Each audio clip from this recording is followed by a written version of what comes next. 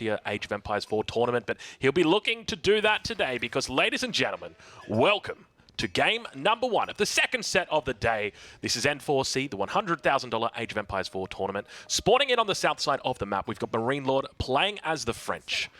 And look at this. We start off on Hill and Dale, I believe, right? This is... can we get an overview? I believe the first map was Hill. It is King not. of the Hill. It is King of the Hill. Okay, I thought it said Hill and Dale on that Civ draft, but I guess we were wrong. It is King of the Hill. And we're going to be starting here with a Mongols versus French matchup. We saw the exact same matchup in the previous set, the French managing to take that. What does Leenock need to do differently than what VortiX tried? He needs to be successful with his pressure. If he is going to apply pressure, he actually needs to make it stick. He's got a beautiful spawn, though. Take a look at this. This is not something that you typically see on this map. It's very rare to have a wood line close to a gold mine, and he's somehow managed to find it. So Leenock already starting off looking incredible with his spawn, with his map. Obviously, this map as well, it's quite important. The sacred site, French love to go and take that sacred site, put a keep or 2 or 7 on top of it. That's how they do it. But I would expect that if he's going to be aggressive, he needs to make it stick.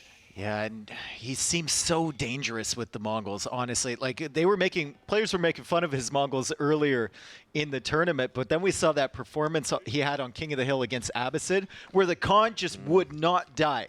Like, I was casting that, it's down to 5 HP, it just would not die, and he got so many units off of it. Just the micro control from him is amazing. The macro, obviously, behind it is phenomenal, and maybe he's able to punish MarineLorD's French. MarineLorD with the French, what does he need to do against the Mongols? The big thing here is surviving, not taking too much damage in the early game, and hoping to find your timing window normally about the 10 to 15 minute mark. As long as you can survive up until that point, you should be okay. One of the things to be cautious of is that the Mongols love to go for that castle age timing. So if he is looking at doing something with improved siege engineering, then he's got to be very careful about that. But now we see that villager. And he sees it too. MarineLorD sees it. So Leenock is going to be a little bit exposed here. The scout can't straight up kill the villager right now, but he can track him and be very, very annoying. And once this outpost goes down forward, he can possibly pull villagers of his own to try and deny it. And the villager has to go back to meet up with the spearman. It's only 1 spearman in production here, but there's 2 in front of it. Yeah, so going to have that beautiful double bonus spearman coming through. But MarineLorD obviously aware that this is the situation, so he gets that intel straight away. He's going to be able to put in a plan in place to be dealing with this and begin to execute that plan. And we can already see that scout. Look how annoying he's being with the scouts. Oh my goodness, it's so annoying. If you're coming across to that villager, you're like, oh, I have the spearman to protect it, and suddenly the villager is half HP. You can't catch the scouts. To be fair, Leenock's doing a fantastic job protecting this villager. He's not getting too far out of place, but putting that first outpost down is going to be a struggle for him for sure. Yeah, because number 1 is that MarineLorD is well aware of it. Number 2 is that that villager is already down to half health, so Leenock going to having to be reinforcing this position and probably even bringing out a few more villagers if he wants to make this stick. Yeah, MarineLorD on the way to the next stage. School of Cavalry coming down for him. He's got a gold there. He's also got a wood line there. He can switch to the wood line in the back there, but it's in the same direction as that outpost, so really doesn't want to start this outpost chain coming down. I would suspect we see an archer range opening here from MarineLorD, and then maybe even adding a few more scouts to try and take out those buildings. Yeah, it's something that we've seen develop throughout the tournament, and we did see MarineLorD also deleting that mining camp on the gold mine, realizes that he wants to prevent his enemy from getting that raid bounty because it'd be very easy to do. Now moving in, doing a pretty decent job at this point in just controlling those villagers, forcing them onto things he doesn't want to be on. But I would expect that we'd probably see some scouts into production as he reaches the second age. Yeah, and then once you get the scouts on the field, you always have the option to go into professional scouts later, and you just really synergize that defense. Leenock is not afraid of anything, man. Yeah. Oh my god, okay, he replaces that outpost a little bit, but he's out of position with the spearmen. They're going after the villagers. Leenock didn't realize the spearmen were going around that side of the woodline, so he's going to have to pull him back. MarineLorD really delaying here, waiting for the archers to come out on the field. Khan is there from Leenock. I think that outpost should go up before the first archer is out. Yeah, I suspect that outpost is going to go up. Probably going to be the last one, but if we take a look at the minimap, you can actually see that when it comes to wood spawns here, MarineLorD not having the best spawn possible. The on the left side of his town center, he's also got another big wood line with the berries down there. Leenock's going to be able to prevent that. So he's going to be having to think about secondary sources. Horse or archers now going to be coming out. You can see the way he's moving, just protecting that villager. He wants to avoid that villager going down. It's imperative that he gets up this outpost, and now dropping down that movement speed arrow. Going to be coming in, takes out a spearman, does a pretty decent job. Got to be careful with that villager, though. You can see it's on low health. He manages to get the outpost up. Villager does stay inside. He keeps it alive. Yep, villager tanked the maximum number of arrows it could without going down, and she's going to hop inside and calmly doing so as well. The wood line for MarineLorD is really the major issue here if they're all cut off. Like, he's taking a straggler tree right now.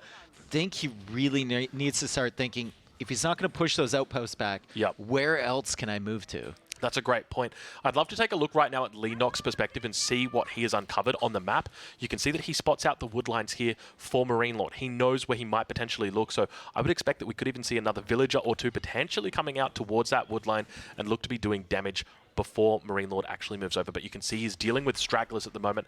Just a couple of villagers out on those trees, but having a little bit of trouble now. Arrow slits coming through as well. Jeez, this is... And Leenock can spot this. Like, he saw MarineLorD was dealing with stragglers, and he sees MarineLorD going out to that wood, the one singular tree out there.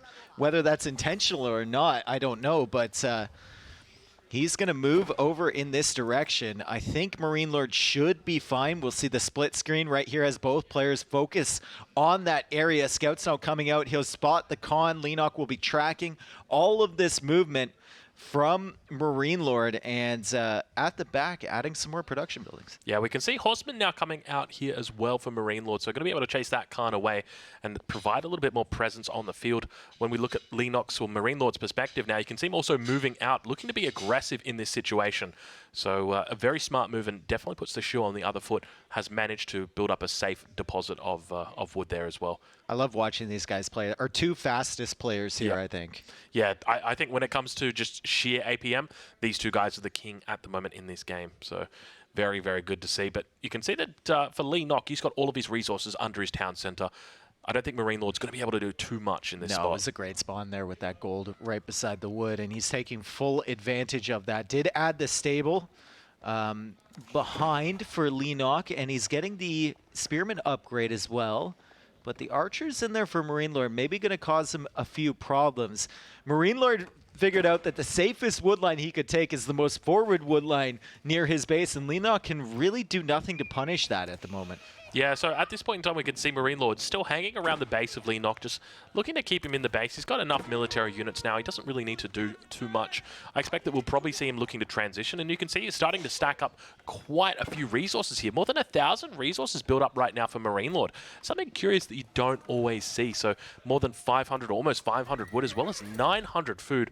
So if he wants to get out onto the map and take gold, he's going to really need to move a lot of villagers out there to do it, to have anything similar to the gold count he'll need with regard to the food count to get up to that next stage. So we can see, oh, he's actually moved quite a fair few out here. Look at that. Nice outpost there too, preemptive outpost before the pressure comes in, bringing the archers back.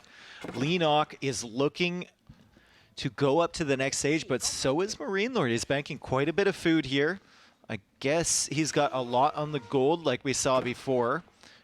So both players should be up at relatively the same time. Wall also coming down from MarineLorD, so he's going to secure that whole right side of his base.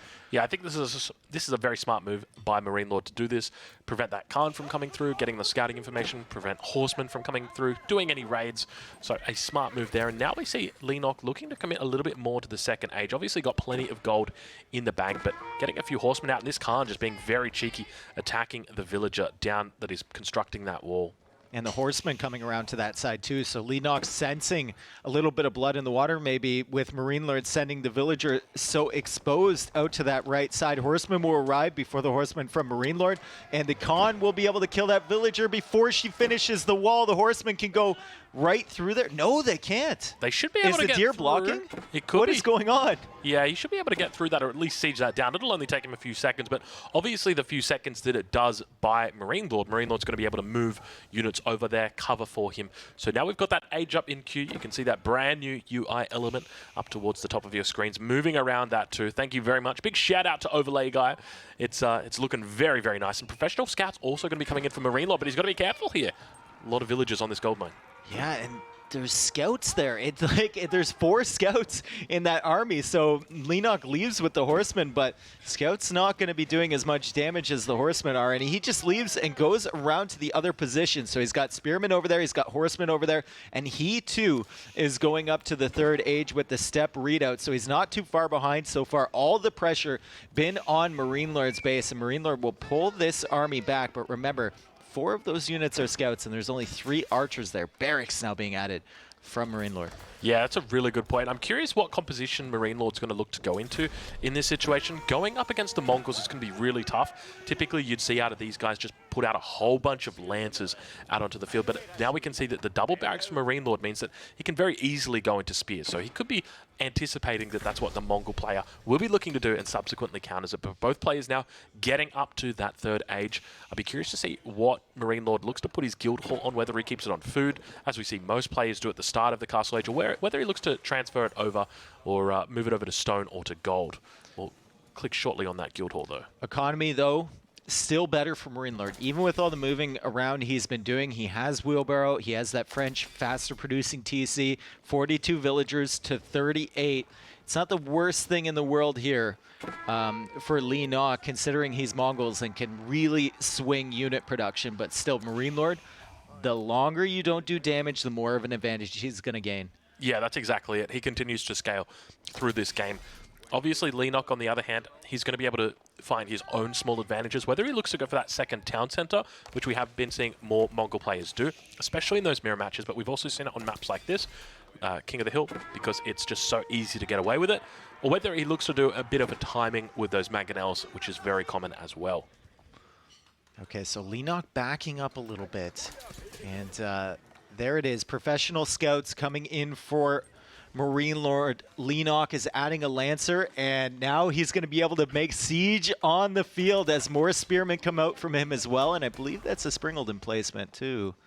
Yeah, so looking to potentially secure up the middle. I'd be curious to see exactly where he's looking to get that Springleton placement. But if he is looking to position himself on the, yeah, there it's coming in right now on the Sacred side. This could be bad for MarineLorD, forces him to fight. And typically, MarineLorD wants to be the defensive player. He wants to be sitting back.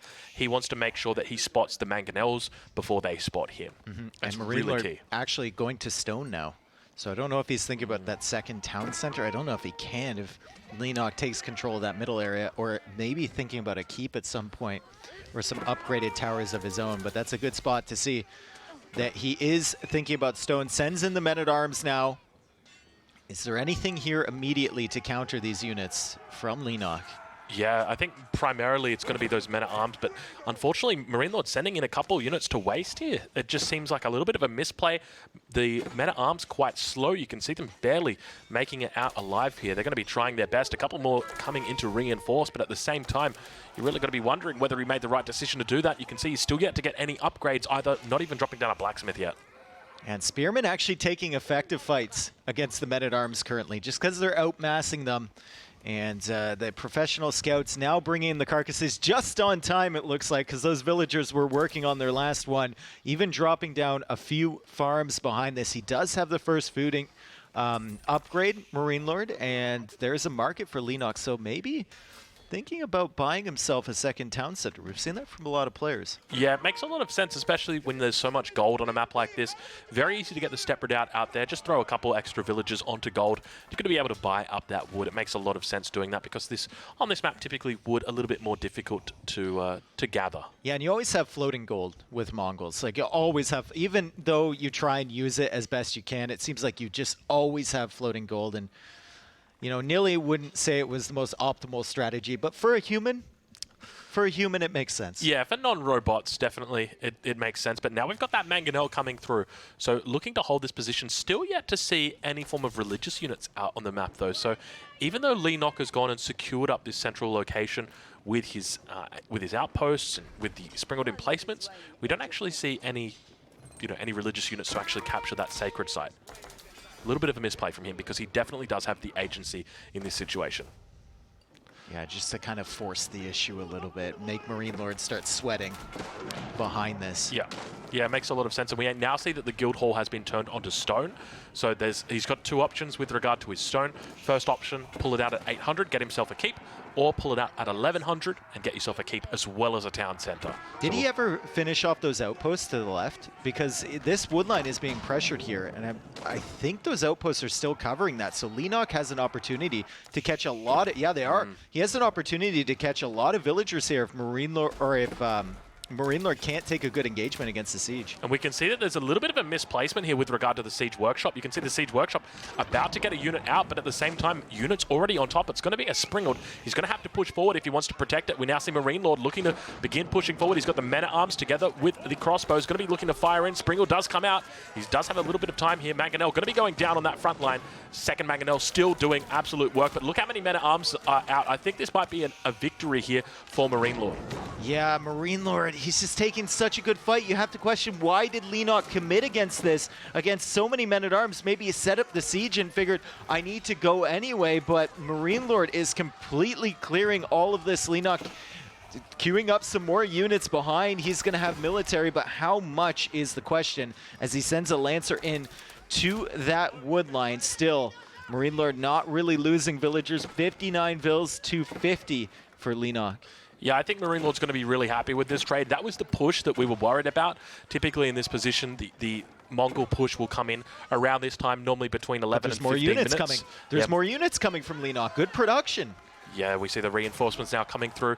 Keep in mind, he's got the upper trio on the backside, going to be able to do so much work. And he's mixing in archers. A lot of people wouldn't be mixing in the archers. They help out so much against these spears. Yep.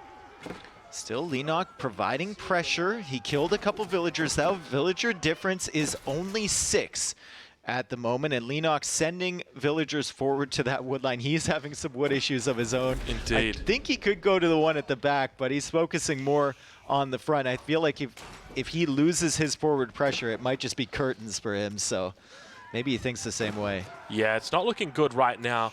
The best thing that Leenock could have done in that position was try and take control of the sacred site and really just play with his siege, outposted up the same way that he was doing.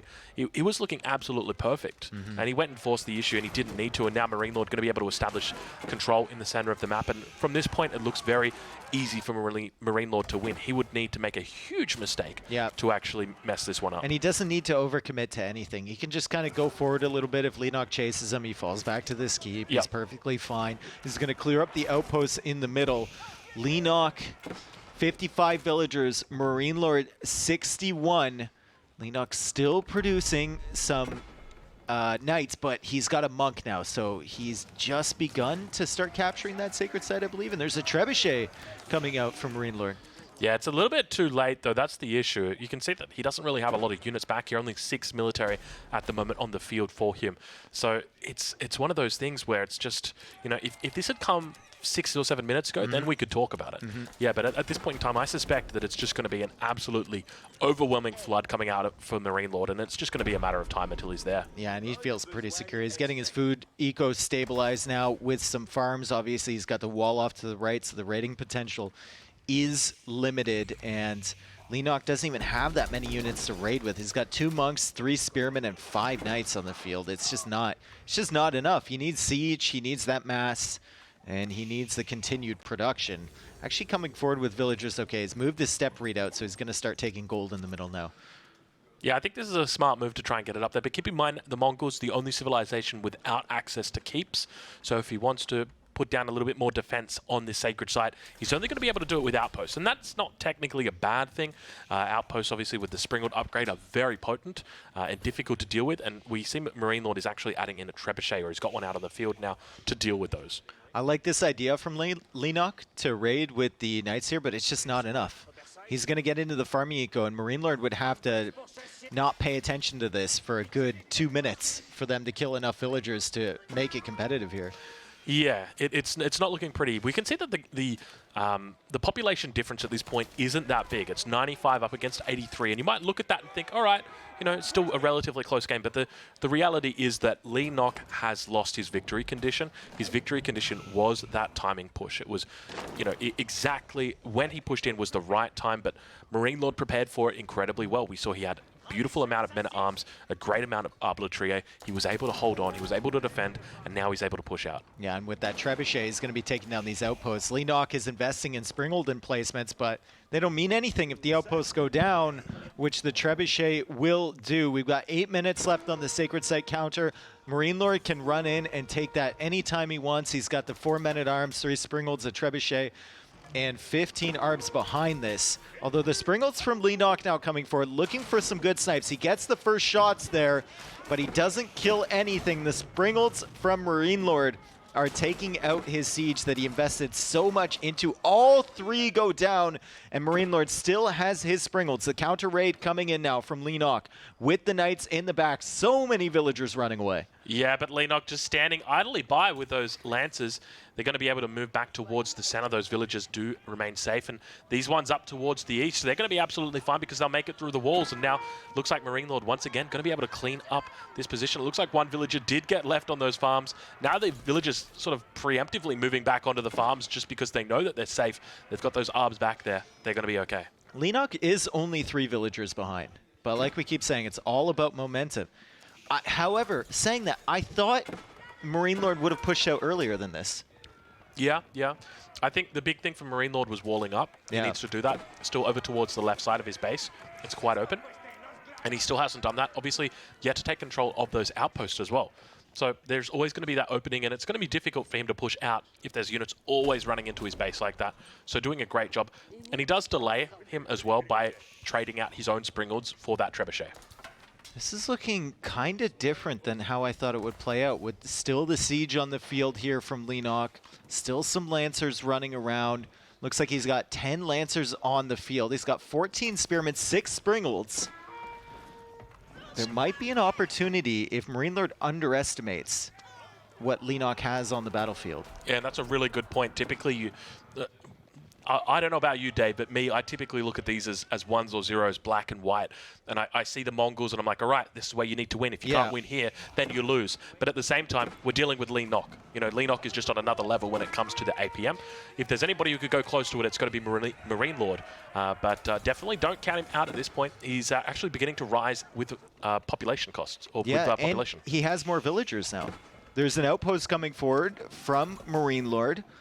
Leenock still with a decent economy behind this, even second wood upgrade from him, which is interesting. And he's got lots of Springolds waiting. MarineLorD can spot this with his outpost, so he knows the Springolds are there. He's hoping for a good engagement. He's going to attack with the trebuchet and move forward with his own Springolds, looking for some opportunities. Leenock unpacks, gets a hit, but MarineLorD backs up. Only 5.5 minutes left on this Sacred Site. Yeah, this is one of the consequences of not taking that early Sacred Site as well. He was up about 10 minutes and definitely could have dropped down a Monastery if he wanted, but now we're seeing men-at-arms in the base of Leenock. So MarineLorD looking to do a nice little pick here. Keep in mind, there's only space for 20 villages inside that town center, so he's going to have to find space elsewhere if he wants to keep those villas safe. Lancers still attacking on the side. Knights now looping around from MarineLorD to the north towards Leenock's base. He can't see any villagers to hit directly, so he's just going to be attacking the TC and killing the production. But the Knights are coming in. If they find that wood line on the left there from Leenock, it could be trouble, but it's so far away from the TC, I don't even think he's going to be able to find it. Still, he can sit under this town center, kill some military, really kill the momentum, and force the army from Leenock all the way back to his starting TC and away from the middle. Yeah, he's got to be careful here because he's brought the Knights back, and there's the Yam network that he's going to have to contest with. You can see how fast these units are. If the Khan is about, I don't know exactly where it is, this could spoil the end of MarineLorD's Knights, and you can see he's trying his best to escape now. Keep in mind, this opens up the middle, though, so look for a push here, potentially, with men-at-arms towards that central position, because all the military should have been pulled right now for Leenock. So now we can see those Knights, Dave, as you mentioned, they do spot that wood line, and we see Outpost going down because he knows that he's been spotted, and it's only a matter of time until MarineLorD comes back. Arbs now moving around the right side, potentially looking for those Lancers that were attacking the wall earlier. Lots of Springolds on the field from MarineLorD. He's got 5 Springolds in the middle, but look at the Springold count from Leenock. He's got 7 Springolds just waiting. He's still adding outposts, and I keep seeing the upgrades come in for those outposts along the side, so he's fortifying this area, even while the Treb keeps killing all the outposts he had built previously. 3.5 minutes left on this timer. MarineLorD, he looks like he's playing very comfortably here in this situation, but he's got to keep an eye on that. Yeah, that's a big factor. Obviously, with only 3 minutes left to go now, it's really go time, because if this attack fails, he's going to need to fall back onto Plan B, and Plan B might not even be in existence right now. So it's something that you've got to be really careful with. But now those Springles moving forward, we can see the Spears going to be looking to try and defend. Has he got the Veteran upgrade for these Spears? It looks like he does. They are Veteran Spearmen, going to be able to defend, and now we see those Knights beginning to fall back at the same time, running a bit of a screen there for the Arbaletrie. They're going to be getting those shots in, and now the Lance is going to be looking to clean up the Arbaletrie. Not a lot of units in here, Dave. There's so much meat at the front. Yeah, and all the Springolds from MarineLorD are gone. All the Springolds are gone from him. The Knights, or the Lancers and the Pikes back up from Leenock. 2 minutes and 40 seconds left on this counter here. Can Leenock do it? Can Leenock hold this middle position long enough? Springolds are now engaging against this army, but he needs to back up. He needs more Spearmen in front. He needs more units to help hold this position. We can look at both of their faces. They're deep. That's what they look like. Deep in concentration after that battle. Oh, geez. Sweat slowly rolling down their brow. Yeah, if you didn't know what these two players look like, well, now you do. That's exactly what they look like. A keep coming up. A lot of villagers being brought out for this keep. He needs to get this up and give himself a foothold on this sacred site. At the same time, we see Leenock just pushing him back. So many Springolds on the back here going to be keeping him alive. Card going to be firing off its arrow. A little bit of a defense, and we see MarineLorD once again in the moment. You can see the sweat dropping down his brow there, Dave. And the keep is up. The keep is up, and I think the gig is up for Leenock as he can no longer hold this position. The keep is going to be sitting there, and I think MarineLorD, I don't know if he can hold a unit on the top there, though, with all those outposts behind. It's going to be very difficult for him to deny that sacred site. We're in a really weird position here where Leenock can't get close, but MarineLorD also can't get close, and there's 1 minute and 30 seconds left on this timer. Ladies and gentlemen, welcome to only the first game of this series. I don't know about you, Dave, but this is absolutely racking up to be an amazing game. We're 27 minutes through right now. What are these outposts? There's so many! I don't know how MarineLorD even pushes into this. They've all got Springald emplacements on them, and he just keeps replacing them. To deal with this, you'd need Bombards or at least 57 Trebuchets. Yeah, and Leenock is building more siege behind this. He's got Mangonels behind this now. He's got Trebuchets pushing back that keep. Looks like MarineLorD is shifting everything over here to the bottom side. He's got Springolds coming in, gets a great snipe on the Springold from Leenock. MarineLorD trying to desperately take this out and then push the middle, but 44 seconds left, Drongo. He's now pushing down towards the south side. You can see all the Springolds out here from MarineLorD. There's so many of them. He's looking to try and snipe down those Trebuchets. He knows how important it is to keep this keep up on this sacred site. If he doesn't, it's going to be incredibly difficult. Look at the heart rate. He's maxed out. He's maxed out. One more carrot, and he's going to be on a MarineLorD. MarineLorD actually overtakes him at 156 right now. Look at the Knights going in. Going to be looking to take out the majority of those Springolds. And keep in mind, those now we see the villagers moving onto the sacred site. He's going to be looking to try and defend. The outposts are going to be getting in all of their Springald shots. They might even be one-shotting those villagers. And now we see Leenock pulling villagers as well. We're going to see all the villagers pulled, hopefully, from the wood lines. Everybody needs to get to the sacred site right now, but we can see that MarineLorD's still yet to make too much of a movement. At the moment, sitting at 26 seconds to go. 25 seconds, he can't hold any further. Outposts taking down units, 21 seconds, 20 seconds, everything is being put on the middle here for MarineLorD, trying to deny this. The sacred site is at like 60% denied here. More villagers moving in. Leenock just needs units in the middle. It's 20 seconds left. Leenock needs to get rid of all these units, but he has nothing. Will MarineLorD be able to retake this sacred site from Leenock? Mangonel goes down. It was made on the backside, and you can see the sacred site slowly working its way down. The Springald outposts are trying their best to take it out. We're down to 20 seconds on this timer. Keep in mind, if he stands on the sacred site, it's going to stop the sacred site from ticking down. It looks like he might be able to hold this, but you can see he's trying his best. Spears now coming out as well. Look at the support coming in from the outpost, just firing non-stop. Once the keep goes down, Leenock can just hold units on the middle here, but he needs that keep to go down. The Trebs are still firing. MarineLorD is repairing that keep, and MarineLorD has brought more Trebs from the right side. This might be the ultimate timing from MarineLorD here. He waited long enough. Will this this be able to pay off? It looks like it will, as the production from Leenock simply isn't there. Another mangonel getting made up. You can see it's so slow, so steady. That sacred site about to get captured, but units continue trickling onto it.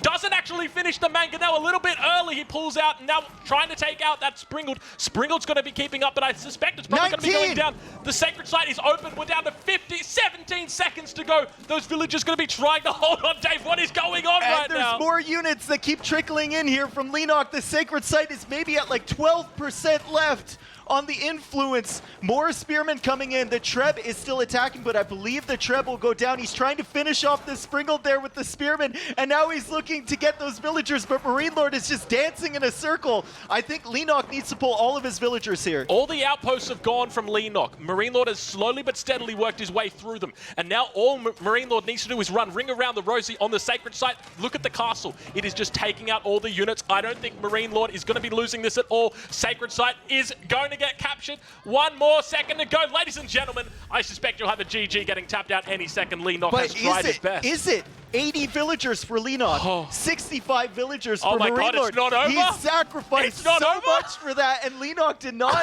do the YOLO and pull to the middle. We may have ourselves a game here in game number 1 of our second semi-final. What a crazy series of events, and I expect to see the heart rate falling here now. Jeez Louise, that was tight. That was 15 seconds right there. Oh my Lord, Dave, I thought we had ourselves a game. It turns out we aren't even halfway. Oh my goodness.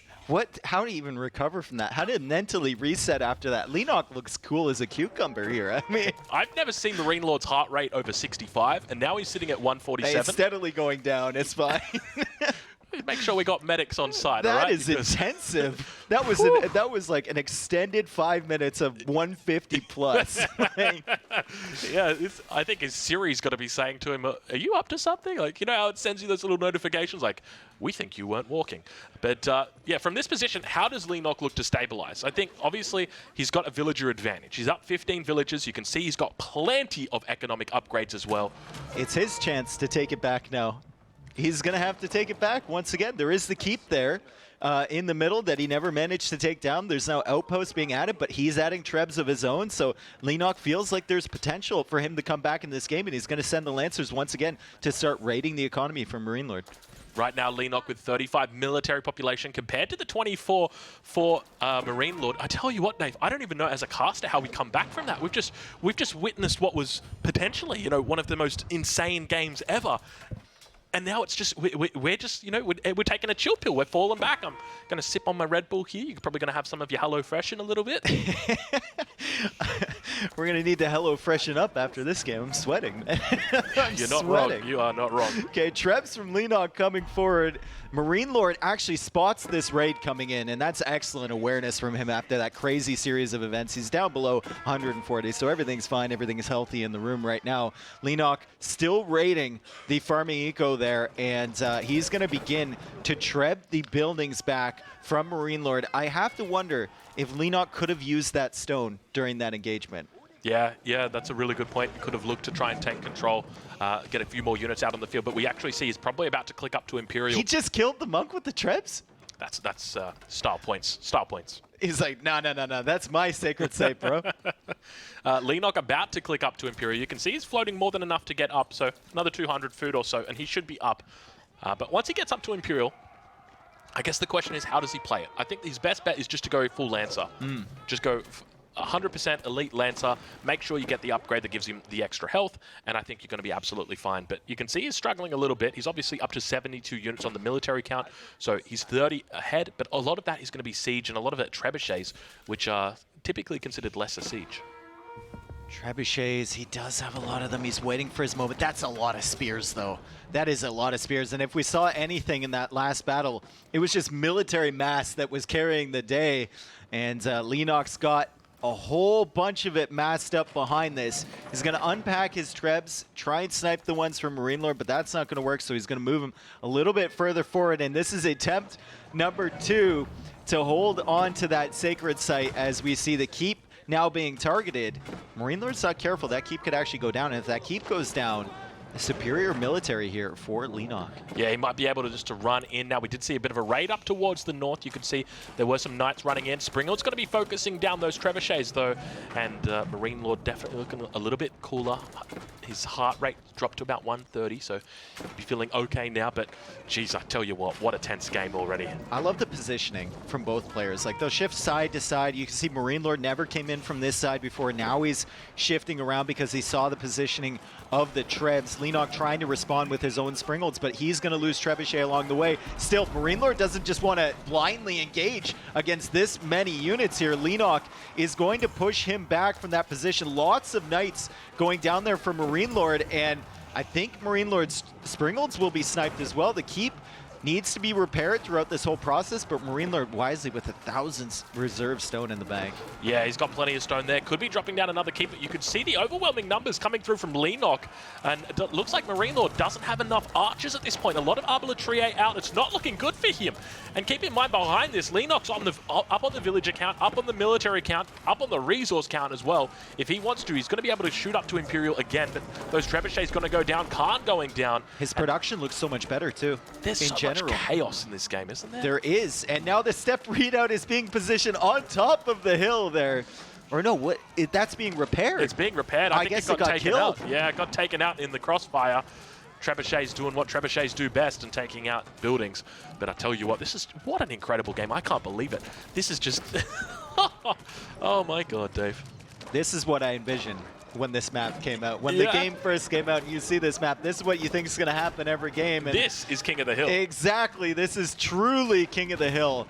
As we see Leenock still banking up res to go. He's in that middle ground. He's thinking about production. He's got a lot of production, but he's also thinking about going up, and he's stuck in the middle, right? And the second keep now from MarineLorD. So he's going to try and solidify this position. Yeah, step readout will repair enough so we can back it away and go somewhere else. A little bit of a miscalculation there, I think, from Leenock.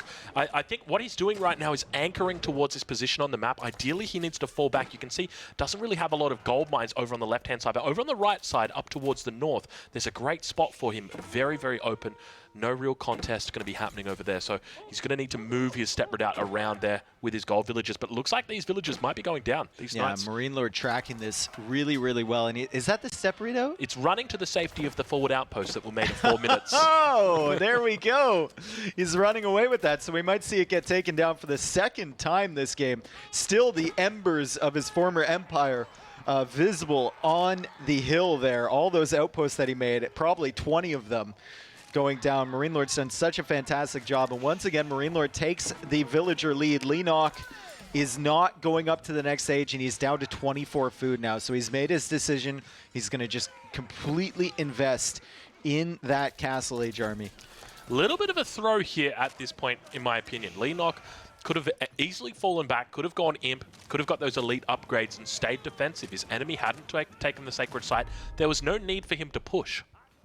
And so now we see this point where Leenock, his military numbers, sure, they're not looking too shabby, but villager count has dwindled. He's obviously lost a lot of villagers from that forward gold, and now finds himself in a bit of a difficult spot. He will have an opportunity, though, because he's kept up the production, and it looks like MarineLorD has only been producing knights here. So 65 military population for Leenock, 33 for MarineLorD. A lot of that for Leenock is invested in siege, but that's going to be siege he can use to take out those keeps, and this is a good counter raid here. Little bit of distraction. He's going to pick off some villagers, and the villager count should be even soon. Yeah, so getting some pretty decent raids in here, falling back to this woodline. Keep in mind that woodline over towards the left side of the map. Obviously, MarineLorD not going to be able to take it out because of the outposts that still stand steadfast. But now heading out over onto this eastern side, you can see the walls coming up here as well. And these Lancers not going to Oh, that's a good Lancer at the back That is a great Lancer, isn't it? Idles like 20 villagers back there and kills a few of them as well. So Leenock doing some good raids. They're going to be tied here in villagers. More siege. This is push number 15 or something here coming from Leenock. Sacred Site is in MarineLorD's control. So if Leenock wants to capture that, he's going to need to take out both of these keeps. He's going to need a really great ball of trebs to do so. 5 on the field for him currently. Only 4 Springolds, though, so maybe he loses the Springold battle initially. Yeah, we now see a second town center being added by MarineLorD. It's 39 minutes, so he's going to be throwing this one up just outside the central plaza. I guess you could call it that, the central plateau.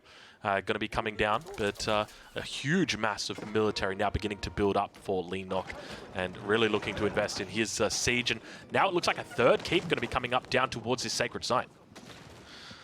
Oh boy, does Leenock have enough? Look at that military population, 96 versus 48 from MarineLorD. The population right now, 180 to 130, but MarineLorD with a much better position here on the middle hill. Still, will that keep even be alive by the time it goes up? That's so many Trebs attacking it right now. Trebs from MarineLorD also firing back. Mangonel's getting a little bit too far forward maybe, trying to kill those villagers. Yeah, he's really holding on for dear life at this point. Keep in mind, 8 minutes until that Sacred Site victory comes through for MarineLorD. But, I mean, at this point in time, you'd have to say Leenock's army looks very fearsome. Very fearsome indeed. And Leenock is using the classic strategy of let me gather resources where you would not expect because it's so far and so unsafe. And MarineLorD just can't seem to find him anywhere on the map with these counter raids. The third castle goes down. Lots of knights building. It's like the Battle of Agincourt or something. He's just going to build up a giant charge for the final battle. Keep in mind, even though Leenock right now sits on 113 military population, his units are not as efficient as MarineLorD's because they take a little bit less resources. But take a look at the push that's coming in right now. He is looking to contend this sacred site. All of the spears coming in now. Beautiful charge coming in through there, but look at the knights now. There's so many numbers here. He's got to be careful of those mangonels. You saw him falling back. The mangonel does actually go out. MarineLorD losing that one and now trying to hold on this push up towards the center of the sacred site. Not having a lot of luck. MarineLorD not looking pretty, Dave. Yeah, is there enough units in front? He's got the Springolds behind. He won the initial engagements with the Springolds, but the keep is still being taken out by these Trebs. It's just if the Springolds can snipe the Trebuchets in time, and it looks like they're going to be able to take out enough of them. MarineLorD will still have those keeps in the center. I think Leenock might take this one back or deny it for a limited time, but MarineLorD's done a really great job repairing. What is that Steppered Out doing as well? Look at that bad boy. He's coming. Is that a bad meta Steppered Out right there? I have no idea. Tanking fire? I don't know. He's confused. It could be, but the sacred site looks like it's going to be captured. You can see it's slowly dwindling down. A monk coming in carrying a relic, but he's going to need a little bit more than that today to save the game. You can see him going to get sniped out, unfortunately. And that sacred site actually returning back towards the favor of MarineLorD. All the units on the sacred site have been taken out by the keeps, and that's why they're so strong on those sacred sites. And I think the mangonels killed the repairing villagers too. So the trebuchets are going to be taking off HP from that keep. And MarineLorD resigns. No way. He just knew he didn't have the tempo for it. He didn't have the resources to replace those units. He didn't have the tempo. He didn't have the momentum, like you said. And how did we get to a place where Leenock had 17 seconds left on the middle? He lost it, and he still wins. What kind of game was that? That was absolutely wild. I can't believe that game. It just swung so many different ways. Like I said, that's exactly how I thought that map would play out every time, and I'm not sad that we saw it there. I'm not sad. I'm actually quite pleased. That was an incredible game. I can't believe that. A lot of people would have been looking at that and thinking, okay, Mongols, 37-minute game, surely they can't win. It's Leenock. It's Leenock, and if there's anyone who's going to knock out MarineLorD, it's going to be the Leenocktopus. I like the fact, he didn't pull the villagers initially when we were both saying, like, pull the villagers, because we were thinking with our hearts and not with our head. But Leenock was thinking with his head, and he was thinking, I still have 80 villagers. Like, I see how many I'm killing when he's running forward and repairing and whatnot and is trying to snipe my siege. I will have a decent economy behind this, even if he takes it over. Yeah. So fantastic stuff from him. Incredible stuff from Leenock, and a great sign of things to come. A lot of people coming into this series expected it to be a 4-0 sweep, even a 4-1. Some people were saying so. For Leenock to be victorious in that first game has definitely shaped things up quite a bit. Second map, going to be Mongolian Heights. We've already got the matchup. It's English against Rus. Bit of a classic that we're starting to see now. Yeah, and Leenock's going to attempt to use those longbows to snipe the fishing boats from MarineLorD, but it's whether you can overcome that overwhelming eco advantage early in the game that Rus have. Yeah, I think this is going to be difficult for him to do.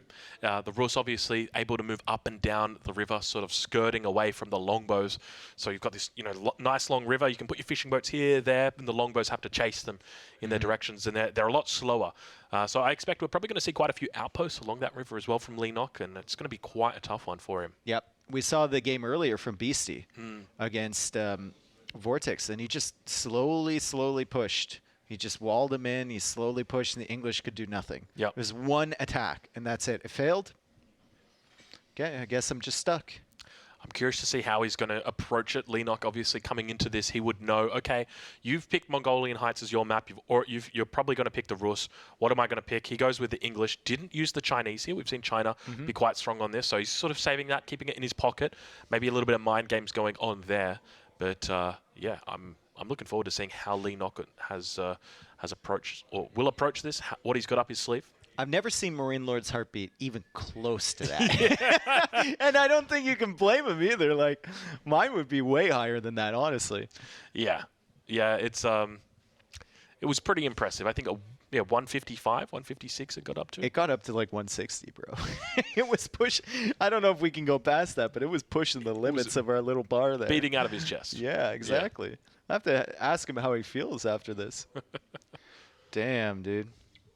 That was something else. Thank you for being here with us, by the way. If you're enjoying the show, remember that our tournament organizer is Nilly_AoE. That is the channel you are on currently.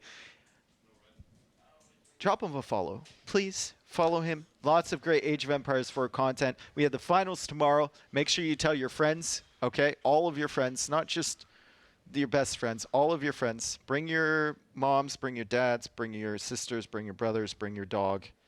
Wait, you guys have friends? Yeah, bro. What, are you looking for one? Would you be mine, Dave? Yeah, man. Oh, thanks, man. Sure. Oh, geez. All right, so heading into game number 2, who do you think's going to win? I think it's MarineLorD here. Okay. With Rus on Mongolian Heights, I think it's MarineLorD. Yeah, it looks pretty likely. I'd like to believe in Leenock, but I think this might be one of those situations where maybe it's not the best move. Perhaps Leenock kind of throwing away his English here. He knows he's up one game. He knows he can sort of play it a bit safe. English aren't typically his strongest civilization as well. So in a best of 7, he knows he's going to have to get it out there eventually. So, might as well get it out, throw it away. It's not a terrible map to do it on either. Yeah. Yep. Also, I think we're just waiting for the players to recover after that game. I don't blame them whatsoever. Yeah. They've drafted some civs maybe. Okay, so they're just getting ready with the next seed, and they're getting ready with the civs. I actually think we have enough time for anyone who has an available Prime sub to click that wonderful button and Prime subscription to Nilly for the month. I think it's Prime it up. Is it down there? I think it's down over there, right? It's like here. Yeah, maybe. Prime it up, baby. Hit that Prime. There they are, coming in right now. Good. Any primers in the chat? Got him. Good. This all goes to support Nilly, by the way. Look at that. Because he's put so much time into this tournament, and he never sells out for himself. He'll sell out for any sponsors or anyone who wants to support the game, and he'll sell out for us even, but he doesn't sell out for himself. So it's not Look at those primes coming in. Perfect. Prime it up. Good. Don't be that guy who holds his prime for somebody else. I know there's a lot of... Who are the biggest streamers? I know there's a lot of... Any juicers in chat? Any juicers in chat? I know there's a lot of XQC fans in here waiting for him to come online to prime it up. But you got to prime it up right now. Come on, fellas. Dig deep. Dig prime. Yeah. If you're not a prime member. Thank you so much, guys. Thank you so much. And I know Nilly would thank you, too, if he wasn't so German. Take Bezos' money. Give it to Nilly. Look at that hype train. Well done, fellas. You've done well. You've done well. And speaking of doing well, Leenock on the right-hand side, he's doing well at the moment. MarineLorD on the other side. I mean, he lost his tempo in that game. We see right there the focus on Leenock, the Lenoctopus. Yeah, Leenock doesn't look phased at all after that. And here we go, MarineLorD playing as the Rus, and he's going to be matching up against Leenock as the English. Game number 2 here on Mongolian Heights. What are we going to see, Drongo? I reckon we're going to see some fishing boats. I reckon we're going to see some longbows. And I reckon... we're going to see some sheep. That's a lot of sheep. That's a lot of sheep. Let's tick that box off. I just look back to the screen. I'm like, why is he talking about sheep? Oh, my goodness. So many sheep 50 seconds into the game. Of course, there's a lot on this map, but still, that's a nice little birthday present for him. Not too bad at all. I'd be curious to see if Leenock is going to be going for an early fishing boat here. I suspect he's probably not. It doesn't really seem to be that meta, but we have seen players wall off the crossing a little bit more defensively, sort of walling across the crossing rather, actually, you know, kind of walling down the crossing. I don't even know how to say wall. Yeah, I'm going to go across walling the crossing. Across the crossing or walling down the crossing? Well, it's definitely not down the crossing. If you were to wall down the crossing... because... Okay, so do I need to understand how water works? You can't... It's a liquid. You wouldn't be walling at a downhill slope across a river. Yeah. Okay. So you would be walling across the river. Okay. Across the crossing, yeah. All right, and now if you were going to wall from water edge to water edge... Through the crossing. Through the crossing. Yeah. All right, I like it. We'll see if that sticks. We've thrown some spaghetti on the wall. Hopefully some of it sticks, but Leenock, he's looking fearsome already. We'll take a look at MarineLorD's perspective now. You can see he's got 85 bounty built up. Obviously, a lot of that here still being stocked up. 2 wolves as well as quite a fair bit of sheep coming through here. Yeah, that's a gaggle of sheep. Actually, no, they call that a herd, right? Yeah, I think. Oh, Leenock, a little bit of a pick right there. You can see that MarineLorD's got so many sheep sitting outside his base, so that double scout opening. Are we able to take a look on board with Leenock and see exactly what we spot out with him in these early game stages, just fighting for these deer? MarineLorD has 20 sheep, and Leenock has 9, I believe, right? I thought MarineLorD was from France. I didn't think he was from New Zealand. Yeah, well, he's gathering anyway. And we've got the deer still being fought over. It looks like Leenock will pick off that last one, but MarineLorD will get that one somehow. I didn't even see the arrow come out there, but he got the 10 gold from that, so that's fine. And MarineLorD's bounty is sitting at 215. He's already got the fishing ships on the way. Council Hall coming from Leenock, so the longbowman will be out shortly. He's advancing to the next age. The economic units are displayed at the top beside that little villager icon. And as we can see, MarineLorD is at 17, Leenock is at 14. That includes the fishing boats from MarineLorD. So that's where the advantage comes from. Yeah, there was a time where the economic units didn't include fishing boats or traders or anything, you know, Imperial officials, that sort of thing. But now it does include it, so we've got a better idea of exactly what's going on. But Scout manages to get behind the walls here. That'll be a nice little... That's a good thing. You want your scouts behind the walls. You need to know what your enemy is up to. How they can relay that information back in the medieval ages, I don't know, but maybe... Carrier pigeons. Carrier pigeons. Yeah. Bro. Yeah, I didn't even think about that. But then they have to ride around with a pigeon in their pocket all day. Yeah, and who's got spare pigeons? I ate all Have you mine. ever seen a pigeon? I don't want that thing anywhere near me. Yes, they're pretty cool. I've actually, one of my cousins is like a pigeon, I wouldn't say a enthusiast? Farmer. Yeah, enthusiast, yeah. Oh, a farmer, a hobbyist, pigeon hobbyist. She's got a whole bunch of pigeons. Pigeonist. And every time I go over there, they're out there cooing, and they've all got their own little names. They're so cute, but they don't fly too much. No. Definitely not delivering any messages. No, those pigeons are spoiled. Spoiled pigeons. Not like the medieval pigeons. No, fighting out on the streets. But Leenock, speaking of fighting out on the streets, he's going to be looking to fight out in the middle of the map here. We see a villager coming down. Could be an outpost, could be a dock that he's looking to achieve, but definitely going to be looking to establish a beachhead, a front down here towards the south. And the crossing is actually free. There's no wall through that crossing yet. The longbows are going to be picked off by these 2 scouts too, or at least going to be seen. So a little bit of a momentum killer there for MarineLorD, buying himself a little bit more time. Still adding fishing ships behind this as he goes up to age 2. And Leenock will begin to build a wall on the other crossings. So MarineLorD owns 1 crossing. Leenock owns the one in the south, and the one in the north is completely free right now. But vision is there for Leenock, so he knows exactly what's going on. Yeah, smart moves by him, and now going to begin moving out, targeting down those fishing boats. Now, obviously, they're nice and safe for the moment underneath that dock. It's going to be healing them up, but you can see that the damage begins to build up to the point where it can no longer be sustained. He's going to jump in that dock, heal up within that dock, and you can see those little green crosses, I guess you'd call them, slowly but steadily building up, and now I suspect we're probably going to see a few Lord attack ships transformed in here. Yeah, and you're not really that worried about the longbowmen because you can always heal up in garrison until there's like 10. Yeah. And then they suddenly become a problem. And even with the Lodgy attack ships, they can't range the longbowmen at full range, so they are always a problem once you get that mass. It's part of the reason why the English typically, I wouldn't necessarily say they are a counter to the Rus on a map like this, but they you know, they don't roll over and die in the same way They're any an other annoyance. Civ would. They are, yes, they are an annoyance. We can now see what looks to be an attack ship has finally come out. Going to be looking and hunting. It's hard to tell the difference between these two, but the best way to tell is whether the boat has got any nets on the front of it. So when you witness those fishing boats, you can see they've got the nets, whereas the attack ships do not have any nets. You've got better eyesight than me, bro. I'm wearing glasses, Dave. I am too. When was the last time you got your eyes checked, I'm Dave? just old. I mean, we're not Help. sponsored by Specsavers, but if we were. Somebody help.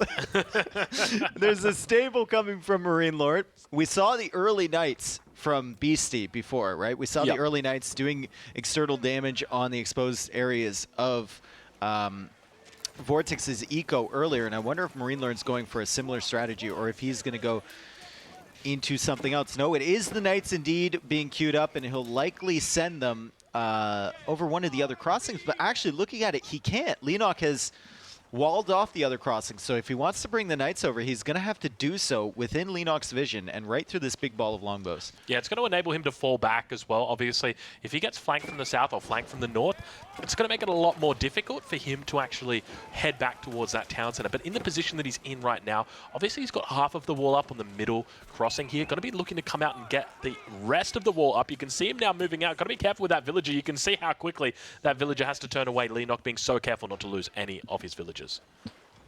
Yeah, not even losing his scouts either. Great unit control here from Leenock to keep everything alive. I don't even think he's lost a single unit this game. Maybe a longbow, but it's been really great stuff from him. Still, hasn't really disrupted the fishing economy from MarineLorD. You can see 38 economic units versus 28 economy from Leenock. So it's looking pretty good here for the Frenchman, and he manages to get on this side, on Leenock's side with those two knights, and the longbows were not able to stop them. So maybe those loop around and start harassing the economy a little bit.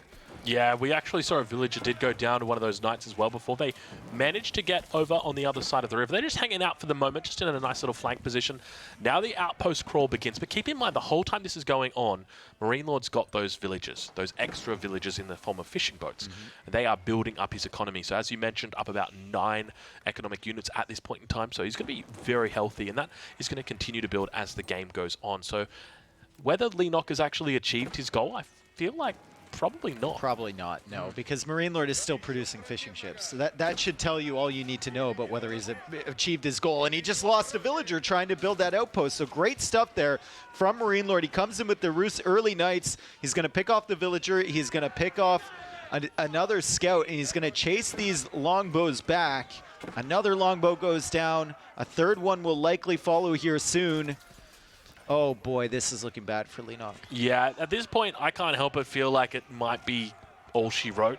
Leenock needed to do damage. He needed to be aggressive, and he was, but at the same time, MarineLorD handled that aggression very well. Yep. So now we kind of enter this period where Leenock can't particularly be aggressive because he's lost a lot of his longbow mass. He's going to be continuing to try with the outposts. If he can push these forward, he can definitely seek to do some damage, but it's going to be really tough for him. Yeah, and the double stable was so good for MarineLorD. Many players probably would have tried to go for one stable and gotten away with it, but double stable with the fishing boats to really help against that is perfect. He's even getting the armor too, so this fight is going to be even harder for Leenock. Yeah, we can see now he falls back with the outpost. The outpost obviously up, going to be providing a nice little area of effect bonus, that network of castles bonus. But we can see that MarineLorD actually moving up the river, throws down another dock, so really is quite cautious about losing out any more fishing boats. How many fishing boats does he have? I'm going to go with still 13. adding. Oh, wow. I was going to say it, and then it came up on the screen, and I feel like I read it. Yeah, I think you cheated, honestly. All right, how many knights does he have? He's got 5. I saw him select. Oh, I'm not good at this. I'm not good. I think, well, you could still look at the thing. Technically, he's got 7. It says 7. I was wrong. Wrong. Wrong. Aussie Drongo. It's not the first time I've been called that. It won't be the last. Villager going to be going down here, continuing to build up that lead. You can see the Villager, almost makes it to that town center, but unfortunately, the Knight's too strong. But Leenock, at this point in time, he's getting wheelbarrow. He's still got the 17 longbows, staying pretty close into that town center. But where does he go with these? Like, you keep hunting the fish. You haven't even, I don't even think he's killed a boat yet. You keep hunting the fish, or do you hunt the knights? Like, you can't catch up to the knights. The fish you found no success against whatsoever, and he can just keep moving them to other places. And the problem is, even if he comes up here and harasses the fish, now the knights are going to be turning around because they smell a delicious meal. Yeah. Now they're running into the wood line. It's not the only meal. They were. He right-clicked a house there. Yeah, looked a little bit. someone was cooking in there. They smelled the meal on the wood line, but someone was cooking in the house too. So got to be careful here. That town center does a lot of damage. The longbow's actually underneath here doing a pretty decent job as well. Keep in mind, he's just trading out these villagers. As long as he trades 1 villager per night, I think he's going to be pretty happy. He's going to go up soon. Yeah, once he's up in castle, it's going to be so hard to stop this. He's going to be easily able to transition into just a men-at-arm timing. He might not even need to do that, but obviously if barracks come down for Leenock, then it means that he's going to be able to defend against knights. So normally the safe bet is going to be to go into men-at-arms. And there's the Abbey of the Trinity, so warrior monks should be coming out shortly to grab those relics. And Leenock's lost, actually, I think he's lost 3 or 4 longbows over there near the fishing ships. He gets too close, and the attack ship is within range and starts attacking him. Now some early knights now looping around to the wall in the north. Leenock sending more longbows towards the shoreline, but MarineLorD is up, and you can see the impact that these fishing boats have. He clicks up, and he has 1,300 food in the bank. Yeah, there's a lot of food coming in right now for him. He's got so many fishing boats out here on the field. Plenty of sheep under that town center in the event that those fishing boats do dry up, or at least that fish dries up. But MarineLorD has played this miraculously well. Not miraculously well, but just methodically well. Not a single mistake has come out from him. As you mentioned, he hasn't lost a single fishing boat this game.